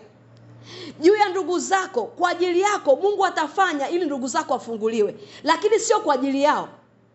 Wewe hapo ndio Mungu atakutazama wewe wafunguliwe, sio wao. Kwa habari ya taifa lako, hapa neno la Mungu natuonyesha kwamba yani Mungu anaweza kutumia wewe kuponya familia nyingine, si kwa sababu wana haki, ila ni kwa sababu wewe umewaombea. Bwana Yesu asifiwe. Ni kipengele cha muhimu sana kule tunakwenda. Kwa hiyo tunaona hapa Yesu anatufundisha kwamba Mungu kumfuata kama rafiki hata kwa ajili ya watu wengine. Anasema tukiomba kwa bidii atatusikia. Sasa hapa kila mtu ameomba pia. Wewe na mimi tumeomba. Tumeombea familia mara nyingi. Things are not changing. Tumevunja, tumeharibu, tumeangamiza, tumeteketeza, tumefunga matita. lakini vitu havijabadilika. Tumemfuata Mungu kama baba, tukamuomba sasa na neno lake anasema utupe leo riziki yetu. Kila mtu ameomba, riziki hazionekani. Hiyo ni hatua ya kwanza. Kama baba umemfuata, kuna vitu unamwambia Mungu, tunaomba riziki ya familia, huzioni. Baba, kuna kitu na kiko sasa, hauoni. Utupe leo riziki yetu, tusamee makosa yanayosema tukosea. Kila siku unasamee, lakini basi sababu ya kusamehewa pia, ya kusamee, uioni. Yesu anakupeleka tena kwenye hatua ya pili, mfuate Mungu kama rafiki. Yamkini umeomba kama rafiki, lakini Yesu anatupa tena hatua ya tatu ya jinsi ya kumfuata tena Mungu. Kama hatua ya baba haijafanya kazi, umevunja, umeharibu, umeangamiza, umeomba, vitu havijaenda. Hatua ya pili, umevunja, umeharibu, umeangamiza, vitu havijaenda. Yesu tena anatupa tena hatua ya tatu. Bwana Yesu asifiwe. Tuko kwenye kujifunza ijue njia muhimu ya kuomba kisheria. Hatua ya tatu sasa. Yesu hapa anatupa tena hatua nyingine. Luka 18 mstari wa kwanza mpaka wa 8. Bwana Yesu asifiwe. Luka 18 mstari wa kwanza mpaka wa 8. Anasema akawaambia mfano ya kwamba imewapasa kumuomba Mungu siku zote, wala wasikate tamaa. Huyu ni Yesu anawaambia. Akawaambia mfano ya kwamba imewapasa kumuomba Mungu siku zote, wala wasikate tamaa. Akasema palikuwa na kadhi katika mji fulani, hamchi Mungu wala hajali mtu. Huyu kadhi ni hakimu. Bwana Yesu asifiwe. Natamani kusikia Bwana Yesu asifiwe tu, mnanisikia? Bwana Yesu asifiwe. Natamani watu wasilale. Amen. Tuko kwenye kipengele muhimu kitakachokusaidia kupangua a lot of things in your life. Anasema akawaambia, naanza moja sasa. Akawaambia mfano, akawaambia mfano ya kwamba imewapasa kumuomba Mungu siku zote, wala wasikate tamaa. Kwa hiyo maana Yesu hapa alikuwa anaona kwamba kuna kukata tamaa. Kuna kuomba kutumia level nyingi, watu wanakata tamaa. Lakini anasema ombeni siku zote, msikate tamaa. 2 anasema akasema palikuwa na kadhi katika mji fulani, hamchi Mungu wala hajali watu. Na katika mji huo palikuwa na mwanamke mjane aliyekuwa akimwendea akisema, nipatie haki na adui wangu. Narudia 3. Na katika mji huo palikuwa na mwanamke mjane. Huyu mwanamke mjane alikuwa na kesi mahakamani. Alikuwa anamfuata ukadhi kila siku. Kuna adui alikuwa anashindana naye, hapewi haki yake. Lakini ukadhi ni dhalimu. Yamkini alikuwa anataka rushwa, huyu mwanamke hana. Anasema na katika mji huo palikuwa na mwanamke mjane aliyekuwa akimwendea akisema, nipatie haki ya adui yangu. Naye kwa muda alikataa. Alafu akasema moyoni mwake, ijapokuwa simchi Mungu. Huyu ni kadhi, huyu ni hakimu dhalimu. Anasema ijapokuwa simchi Mungu wala sijali watu. Kwa hiyo kadhi dhalimu alikuwa hajali watu, hamchi Mungu. 5 anasema lakini kwa kuwa mjane huyu ananiudhi, nitampatia haki yake, asije akanichosha kwa kunijia daima. 6 Bwana akasema, sikilizeni asemayo yule kadhi dhalimu, sikilizeni asemayo yule hakimu dhalimu. 7 na Mungu je, hata wapatia haki wateule wake wanaomlilia mchana na usiku, naye ni mvumilivu kwao? Nauliza kwako, hii ni hatua ya tatu. Yesu anatupa kumfuata Mungu kama hakimu, kama kadhi mwaminifu, kama kadhi atendaye haki, kama kadhi mwenye mamlaka juu ya makadhi wote. Anasema na Mungu je, hata wapatia haki wateule wake wanaomlilia mchana na usiku, naye ni mvumilivu kwao? 8 nawaambia atawapatia haki upesi. Mungu kwenye level ya hakimu, ukimfuata kama kadhi, anasema atakupatia haki yako upesi, kwa sababu yeye sio dhalimu, kwa sababu yeye hadai rushwa, kwa sababu yeye amenyooka. Anakuambia je, ukimfuata sasa Mungu kama hakimu, kama kadhi mwaminifu, kama kadhi atimizaye haki na hukumu, anasema nawaambia atawapatia haki upesi. Walakini atakapokuja mwana wa Adamu, je, ataiona imani duniani? Bwana Yesu asifiwe. Ina maana hapo kwenye hii level yote kuna watu ambao walifikia mahali wameteseka, wamefuatilia vitu vyao vyote, imani imekata. Ndio maana Yesu anauliza hapa, je, ataikuta imani? Lakini hapa Yesu anatuonyesha mlango mwingine. Anatuonyesha another realm ya kumfuata Mungu kama hakimu, ya kumfuata Mungu kama kadhi mwaminifu. Bwana Yesu asifiwe. Anasema tukimwendea usiku na mchana, yeye atatupatia haki. Neno la Mungu linasema shetani kama simba angurumaye, utafuta ni nani wa kummeza. Kila siku, kila saa, kila dakika, kila sekunde, kila saa, shetani yuko akizunguka akitafuta mlango wa kupita, akitafuta kosa, akitafuta umesema nini, akitafuta umetenda nini, ili apate cha kukushtakia, ili apate cha kuzuia. Bwana Yesu asifiwe. Kuna vitu vingi hapa kwenye maisha yetu tumeviomba, lakini tunaposimama kuviomba mbele za Mungu, shetani anaenda mbele za Mungu kushtaki. Bwana Yesu asifiwe. Tunaweka msingi wa kujua jinsi ya kusimama kisheria. Bwana Yesu asifiwe. Huu mlango wa 3 Yesu aliotupa ni mlango sasa. Tunajua tumekuwa tukisoma mara nyingi. Namshukuru Mungu kwa jinsi ambavyo ameendelea kutufunulia kwetu kila siku.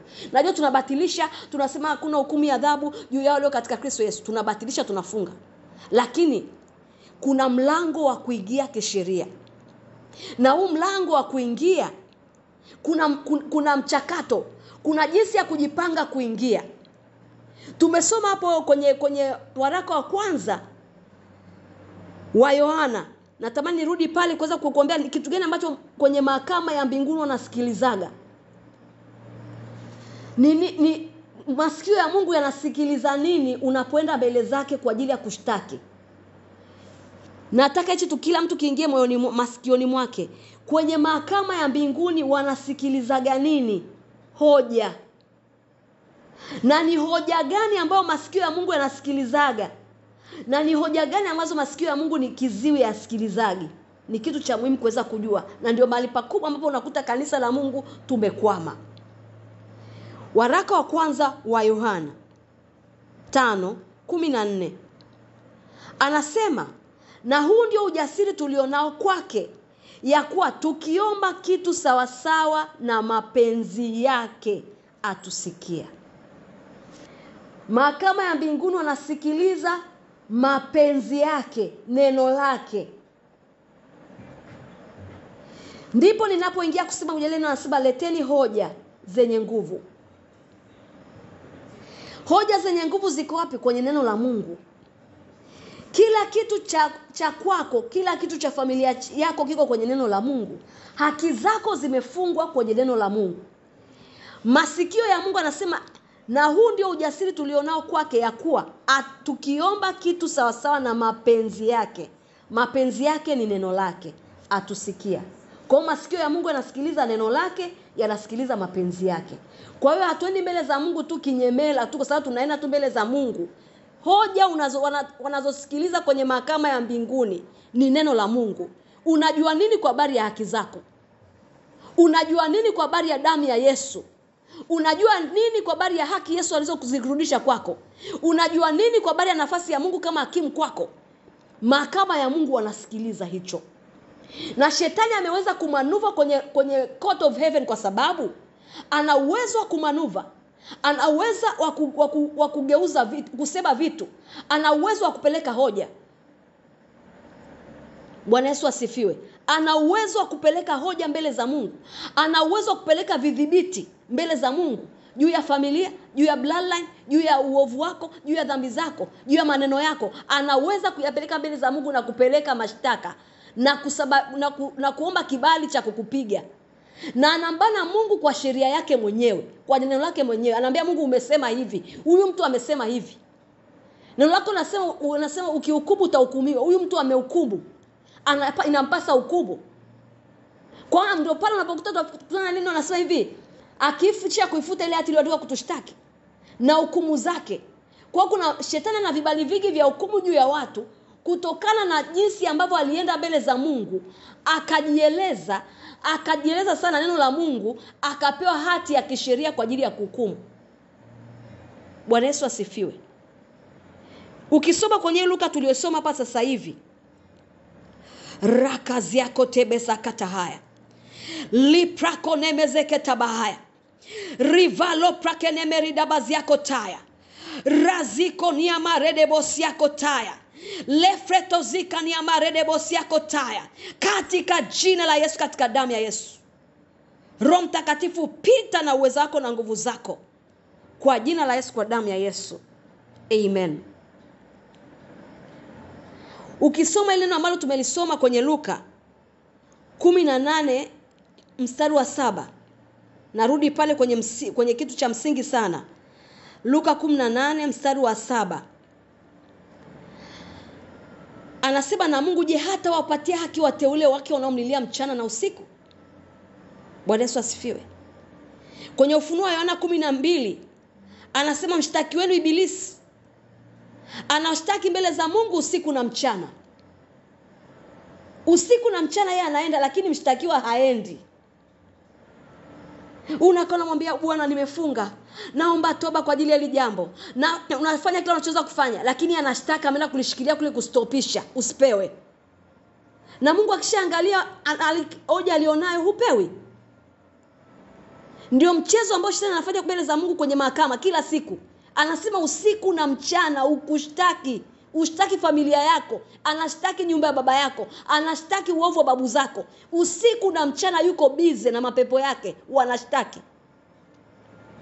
Unapotaka kutoka hapo upo, Mungu kabisa yuko willing kukutoa, lakini mwanangu haji. Shetani kila siku ana uwezo wa kwenda mbele za Mungu manuva, uendelee kwa kwenye kifungo, uendelee kwa kwenye mateso, kwa sababu ana jinsi ya kujieleza, ana jinsi ya kupeleka hoja, ana jinsi ya kumfunga Mungu, kumpeleka mbele za Mungu hoja zake na kuzifunga na neno lake. Na Mungu kwa sababu ni Mungu, hawezi kujifunga mwenyewe. Inabidi aruhusu uendelee kuteseka, kwa sababu neno lake hawezi kulipindua, hawezi kulibadilisha. Ndio maana tuko hapa leo kwa ajili ya kushirikia vitu vya kisheria kwenye mahakama ya Mungu aliye hai. Bwana Yesu asifiwe. Kwa hiyo tuko kwenye kipengele cha kumtazama Mungu sasa usiku na mchana. Kama shetani anavyoenda usiku na mchana mbele za Mungu kwa ajili ya kutushtaki, ni wakati na sisi basi kuapia kwenye koti. Na tunaenda na mafaili yetu. Tunaenda kufaili na sisi kesi zetu. Haleluya. Kwa habari ya tumbo langu la uzazi. Haleluya. Ni kitu gani ambacho shetani amesimamisha nacho kisheria kwenye mbele za Mungu akishtaki nisipokee watoto? Je, ni kumwaga damu? Je, nilitoa mimba? Je, kwenye bloodline kuna uovu wa kutoa mimba? Je, kuna nini ambacho kifutana kifuatilia ambacho anakishiria kisheria mbele kwenye mahakama ya Mungu akizuia nisipewe ninachokitaka? Ni nini kwenye maisha yako? Kwenye hicho kitu ambacho una struggle for so long time na hamna changes. Mwingine anaweza kaniambia shetani alishafukuzwa mbinguni, hawezi kutokea kwenye mbele za Mungu. Hawezi. Shetani anaweza kutokea mbele za Mungu na anajihudhurisha. Na katika chumba, katika ulimwengu wa roho, shetani anaweza kwenda mbele za Mungu ni kwenye mahakama ya mbinguni. Bwana Yesu asifiwe. Kwa sababu sheria ya uzima ipo na sheria dhambi na mauti ipo. Kama sheria ipo na mahakama lazima iwepo. Kwa sababu mahali mwisho sheria inashinda sheria nyingine. Sheria inashindwa na sheria nyingine. Sheria inashindana na sheria nyingine. Kwa ina maana kama sheria ipo kwenye neno, kama kila kitu kwenye maisha yetu kinaendeshwa na sheria, basi lazima kuwe kuna mahakama ya kisheria, na lazima kuwe kuna hakimu kwenye hiyo mahakama anayeamua juu ya hoja zinazoletwa juu ya mshtaki na mshtakiwa. Bwana Yesu asifiwe. Ni kitu cha muhimu sana kukiangalia. Haya, sasa kuna kipengele ambacho mtu anaweza kaniambia kwamba haiwezekani. Mapepo wanaendaje mbele za Mungu kwenda kuongea na Mungu? Haleluya. Bwana Yesu asifiwe. Tunaenda kwenye tunaenda neno la Mungu. Bwana Yesu asifiwe. Kwenye Wafalme wa kwanza 22:22. Naomba unipe sikio lako kusikiliza, kwa sababu hivi vitu vimetutesa kwa muda mrefu. Kuna mapepo ambayo yana legal rights kwenye familia. Kuna mapepo yana legal rights kwenye bloodline. Kuna mapepo yana legal rights kwenye uzao kwa sababu ya vitu vya kisheria ambavyo our ancestors they did it. Wazazi wako walifanya, na mapepo yamewashikilia kisheria, yataki kuachilia.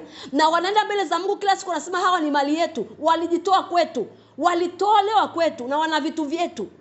Tuli exchange, walitupa nafsi zao, sisi tukawapa kitu kingine. We cannot release them. Bwana Yesu asifiwe. Wafalme wa kwanza 22:22. Nitasoma pale kwa level fulani ili uweze kujua mbele za Mungu mapepo pia yanaenda na argue na Mungu, ili uweze kujua na ni wapi wanaendaga kuargue. Ni kwenye court of heaven, kwenye mahakama ya Mungu, kwa Mungu aliye hai. Bwana akamwambia jinsi gani, akasema nitaondoka na kuwa pepo wa uongo kinywani mwa manabii wake. Akasema utamdanganya na kudiriki pia, ondoka ukafanye hivyo. Sasa natamani nisome kuanzia 14 utaweza kujua ninachokuambia. Mfalme wa Israeli akamwambia Yehoshafati, je, sikukwambia? Huyu ni Yehoshafati na mfalme wa Israeli walikuwa wanajipanga kwenda kufanya vita. Lakini wafalme zamani kabla ya kwenda vitani walikuwa na tabia ya kuita manabii kwa ajili ya kumuuliza Mungu anasemaje kwa habari ya kile wanachotaka kukifanya. Kwa hiyo hapa mfalme wa Israeli ameita manabii, lakini kuna mmoja tu ambaye anaitwa Mikaya alikuwa anasema ukweli. Lakini wengine sio kwamba walikuwa sio makuhani wa Mungu aliye hai, walikuwa ni wa Mungu, manabii wa Mungu. Lakini mfalme alikataa shauri la Bwana kwa nabii mmoja aliyekuwa anamwambia akienda atashindwa. Akawa anasikiliza wale wengine wanakuwa wanamwambia utafanyikiwa. Sasa story hii imetokea wapi? Ndio tutaweza kujua sasa mbele za Mungu mapepo yanaendaga. Hapa tunapata picha. Mfalme wa Israeli akamwambia Yehoshafati, je, sikukwambia hata ni bashiria mema ila mabaya? Mikaya akasema, sikia basi neno la Bwana. Na alimuona Bwana ameketi katika kiti chake cha enzi. Ina maana ni kiti cha hukumu. Na jeshi lote la mbinguni wamesimama upande wa mkono wake wa kuume na wa kushoto. Bwana akasema, ni nani atakayemdanganya Ahabu ili akwere Ramoth Gileadi akaanguke? Basi huyu akasema hivi na huyu akasema hivi. Akatoka pepo. Akasimama mbele za Bwana akasema, mimi nitamdanganya. Bwana akamwambia jinsi gani? Akasema nitaondoka na kuwa pepo wa uongo vinywani mwa manabii wake wote. Neno hili natupa kusema kwamba sio kila nabii anayekwambia neno anakwambia nimetoka kwa Bwana ni la Bwana. You have to discern. Mapepo unaweza kuwa ni mtumishi wa Mungu sasa unayemwamini na akasema Bwana amesema, lakini ukuta ni pepo la uongo limeingia kwenye ndani yake, linatoa unabii wa uongo. You have to be very careful. Watu wengi hapa tumedanganywa sana na manabii wa uongo.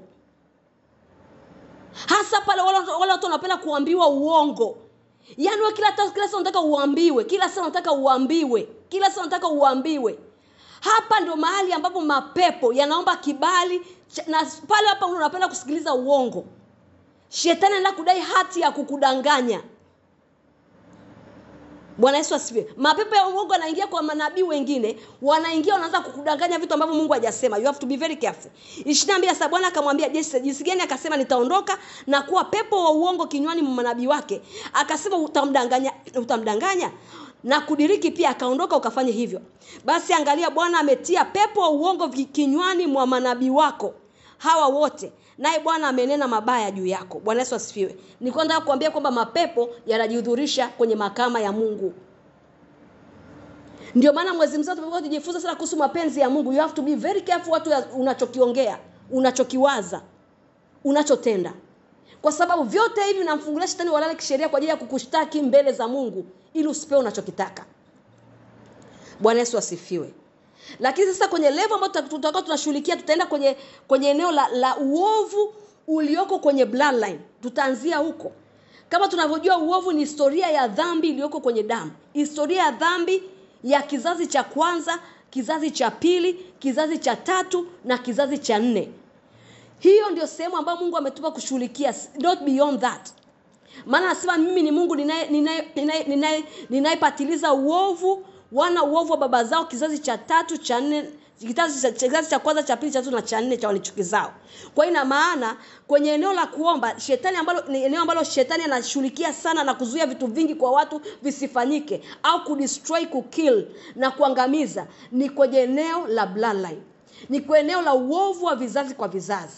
Na ni eneo ambalo shetani ameweza kulimanuva kwa muda mrefu kwenye ulimwengu wa roho na kwenda kupeleka petition zake mbele za Mungu kwa ajili ya kuhakikisha kwamba familia haifanyikiwi, familia haizai, familia iongezeki, na watu wanapitia kwenye distractions zisizoisha. Sasa wakati umefika mbele za Mungu. Sasa tumeshajifunza mbele za Mungu wanachotaka kusikiliza ni hoja. Hoja kwa hoja. Shetani amepeleka hoja. And remember this. Shetani hawezi kuruhusiwa kuingia kwenye mahakama ya mbinguni akaseme uongo. Kwa hiyo ina maana mashtaka anayopeleka mbele za Mungu ni ya kweli na ana vidhibitisho. Hadi anapopewa ruhusa ya kuweza kupiga ni ana vidhibitisho na amesimama nayo kisheria kuhakikisha kwamba hicho kitu hakitoki na watu wanaendelea kuteseka. Bwana Yesu asifiwe. Kwa tuko kwenye eneo muhimu sana la kujiandaa kwenda kwenye hiyo level, ya kujiandaa kuingia kwenye hiyo nafasi nyingine ambayo Roho Mtakatifu atatusaidia pia kusimama kwa ajili ya kufikia nafasi za muhimu kwenye maisha yetu ambazo tumechelewa kuzifikia au haki ambazo mara nyingi tumekuwa tukiziomba lakini hatuzioni. Na kingine ambacho lazima uelewe kwamba Mungu ni mwaminifu. Neno lake ni kweli na amina. Hakuna kilichobadilika. Kitu ambacho kimetushinda sisi sasa ni jinsi ya kupeleka hoja mbele za Mungu. Hoja yako neno la Mungu. Ukisoma kwenye Hosea ambao Mungu alikuwa amenipa juzi, Hosea 14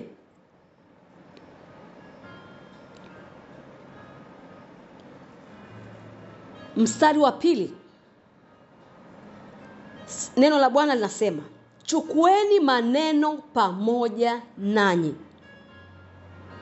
Chukueni maneno pamoja nanyi, mkamrudie Bwana. Maneno yapi? Neno lake.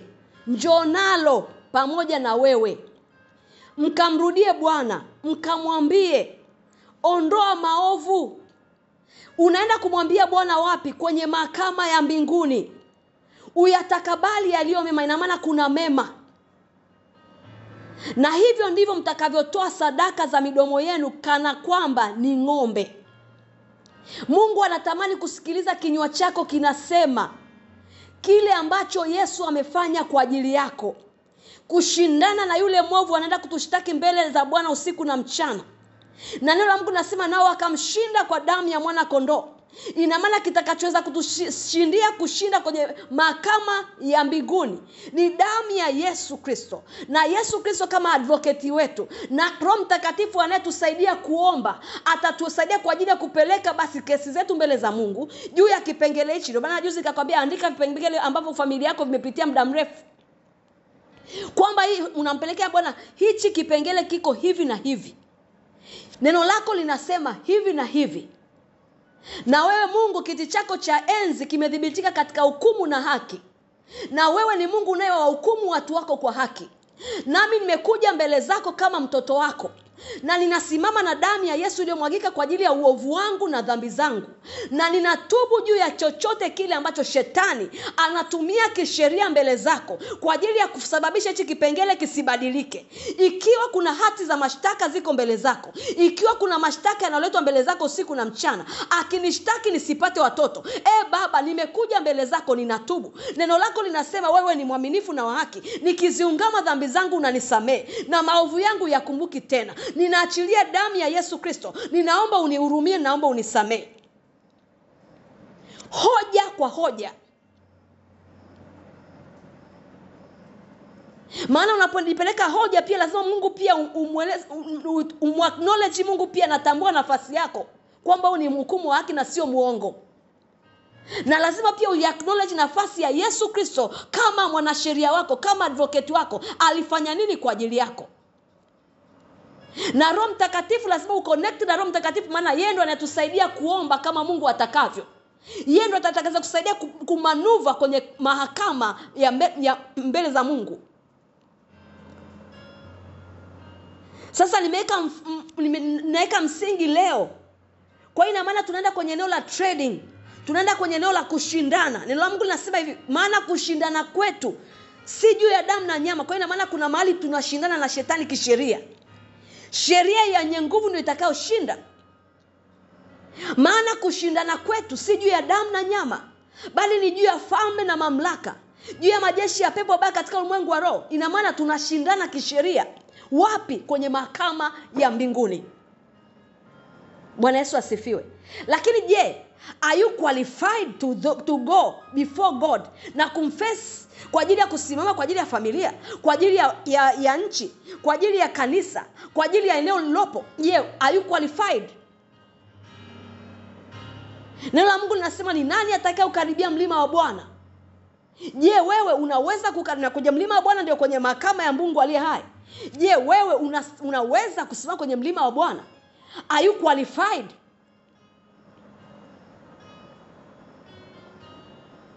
Are you qualified?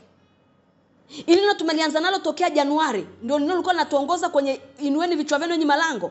Na tukajifunza basi. Je, mikono yako ni safi? Moyo wako ni safi? Umeinua nafsi yako kwenye ubatili? Kinywa chako umekitumiaje?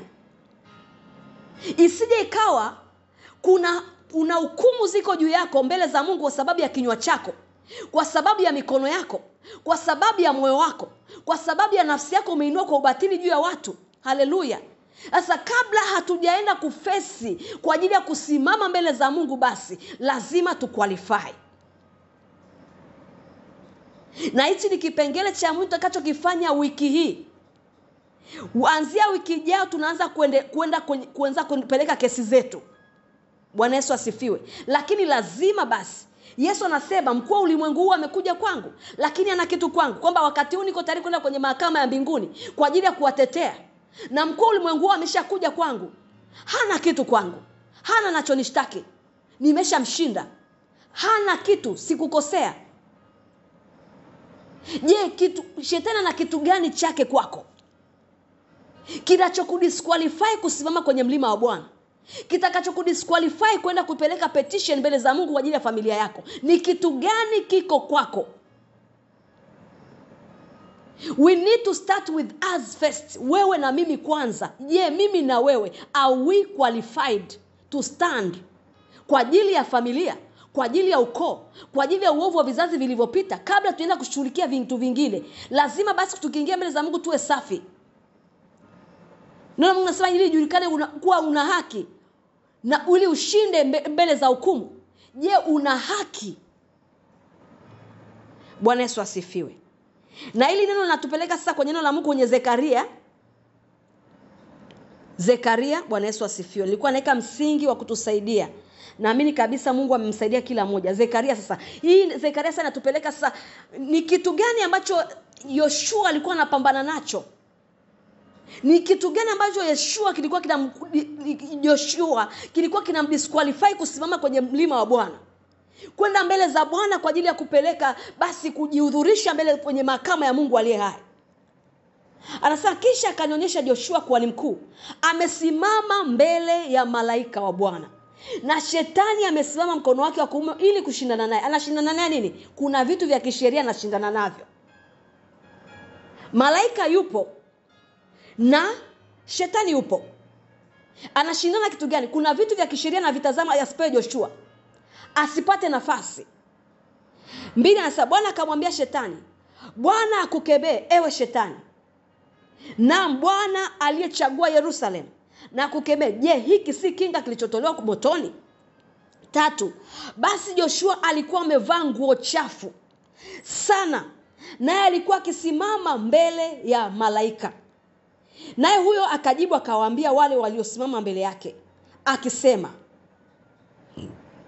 huyu ni Yesu, haleluya, advocate wetu, mwanasheria wetu.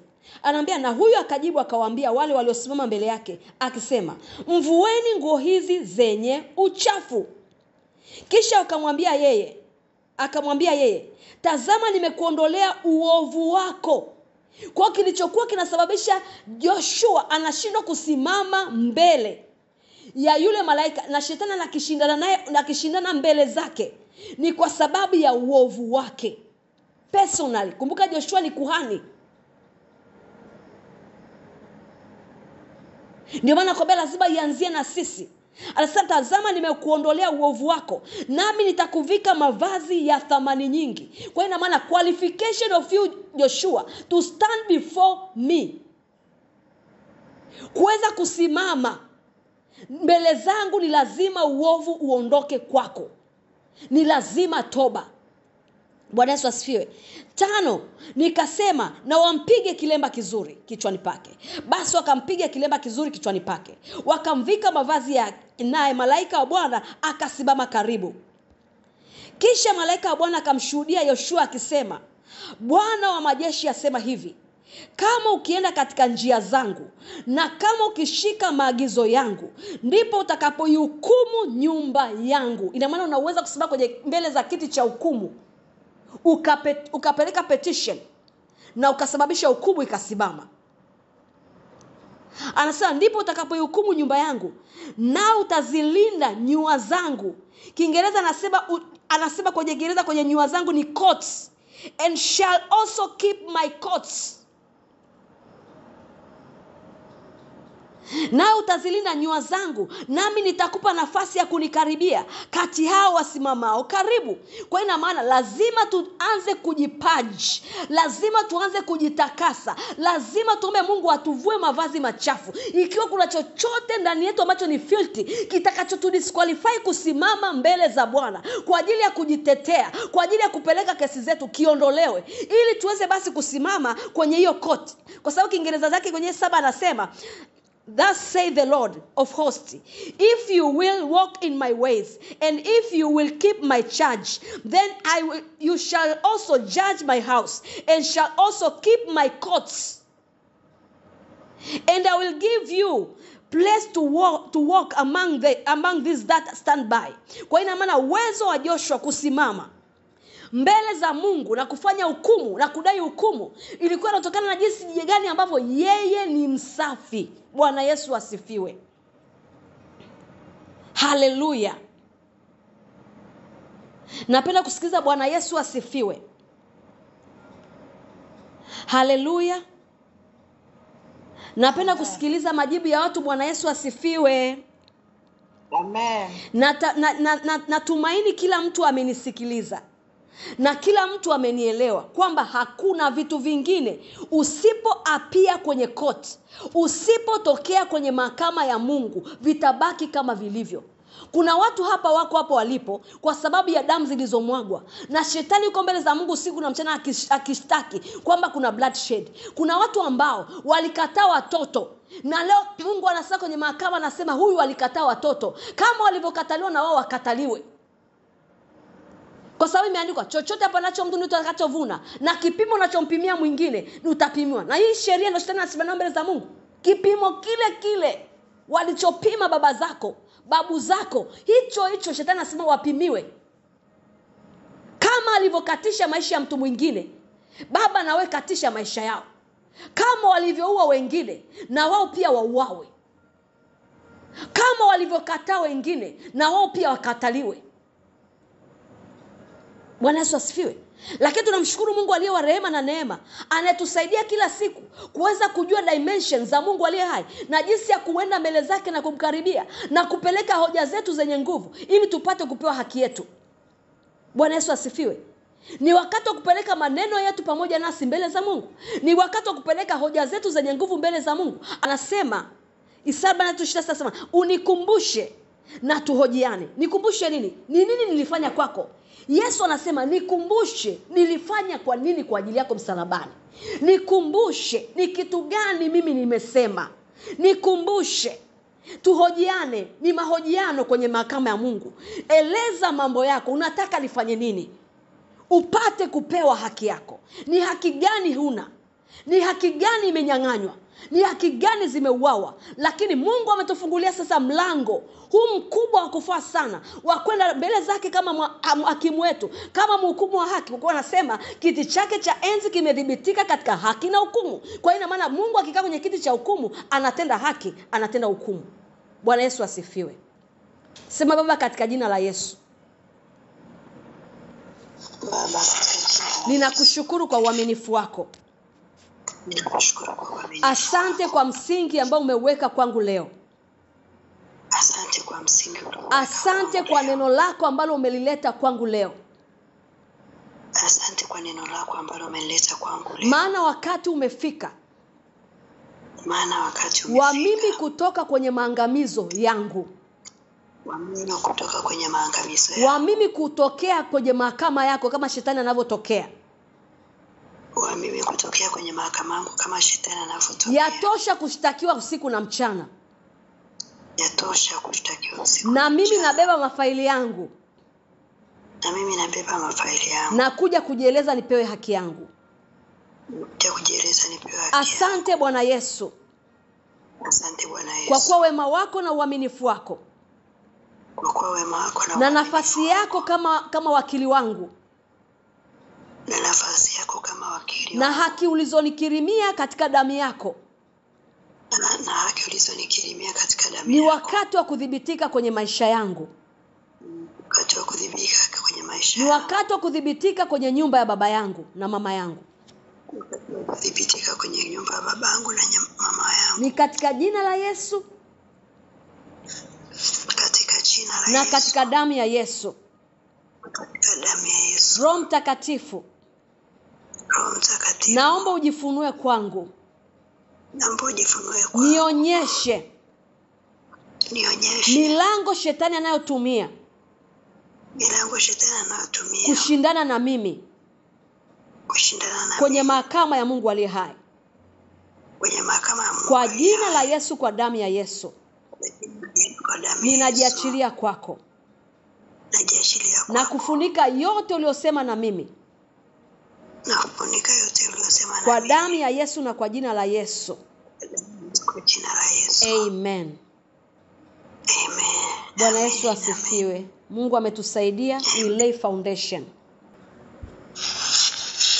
Amen. Tunamshukuru Mungu kwa ajili ya neno lake, na wakati huu napenda twende mbele za Mungu kila mmoja wetu tukiwa na sadaka zetu, tumwambie Yesu asante kwa ajili ya ufunuo ambao ametupa, kwa ajili ya kiwango kingine. Hiki ni kiwango kingine ambacho Mungu anatupeleka cha kuomba na kupeleka hoja zetu mbele za Mungu. Baba, katika jina la Yesu, Baba, katika damu ya Yesu, asante kwa wema na fadhili zako. Asante kwa jinsi ambavyo umetuamini kutufunulia siri za ufalme. Asante kwa jinsi ambavyo umetuamini jinsi ya kuingia katika mahakama yako, Bwana. Baba, tazama mikononi mwako, hatujaja mikono mitupu, tumekuja na sadaka. Baba, sadaka hizi zimetolewa kwa moyo wa kupenda. Baba, tunakuomba popote zitakapoenda kutumika kwa ajili ya ufalme wako, Baba, tunaomba kazi yako ikazidi kwenda mbele.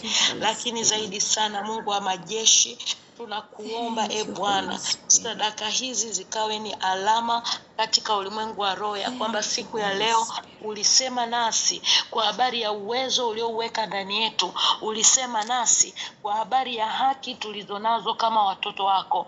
Baba, tunaiachilia mikononi mwako. Tunaomba wema wako na fadhili zako ziambatane na sisi. Sadaka hii tunaitoa kwenye madhabahu ya kuhani mkuu. Ni katika jina la Yesu tumeomba. Amen. Amen. Amen. Mungu akupe neema ya kutuma sadaka yako kwa wakati ili kuweza kukamilisha ibada yako ya leo mbele za Mungu. Amen. Amen. Amen. Basi kwa wakati huu naomba nitoe nafasi ya watu ambao wanapenda kumpa Yesu maisha. Utarudia hii sala nyuma yangu. Sema: Bwana Yesu, asante. Asante. Kwa kuwa usiku wa leo umesema na mimi. Usiku wa leo umesema na mimi. Nami nimesikia kujuta moyoni mwangu. Nami nimesikia kujuta moyoni mwangu. Ninakuomba Bwana Yesu. Ninakuomba Bwana Yesu. Futa jina langu kwenye kitabu cha hukumu. Jina langu kwenye kitabu cha hukumu.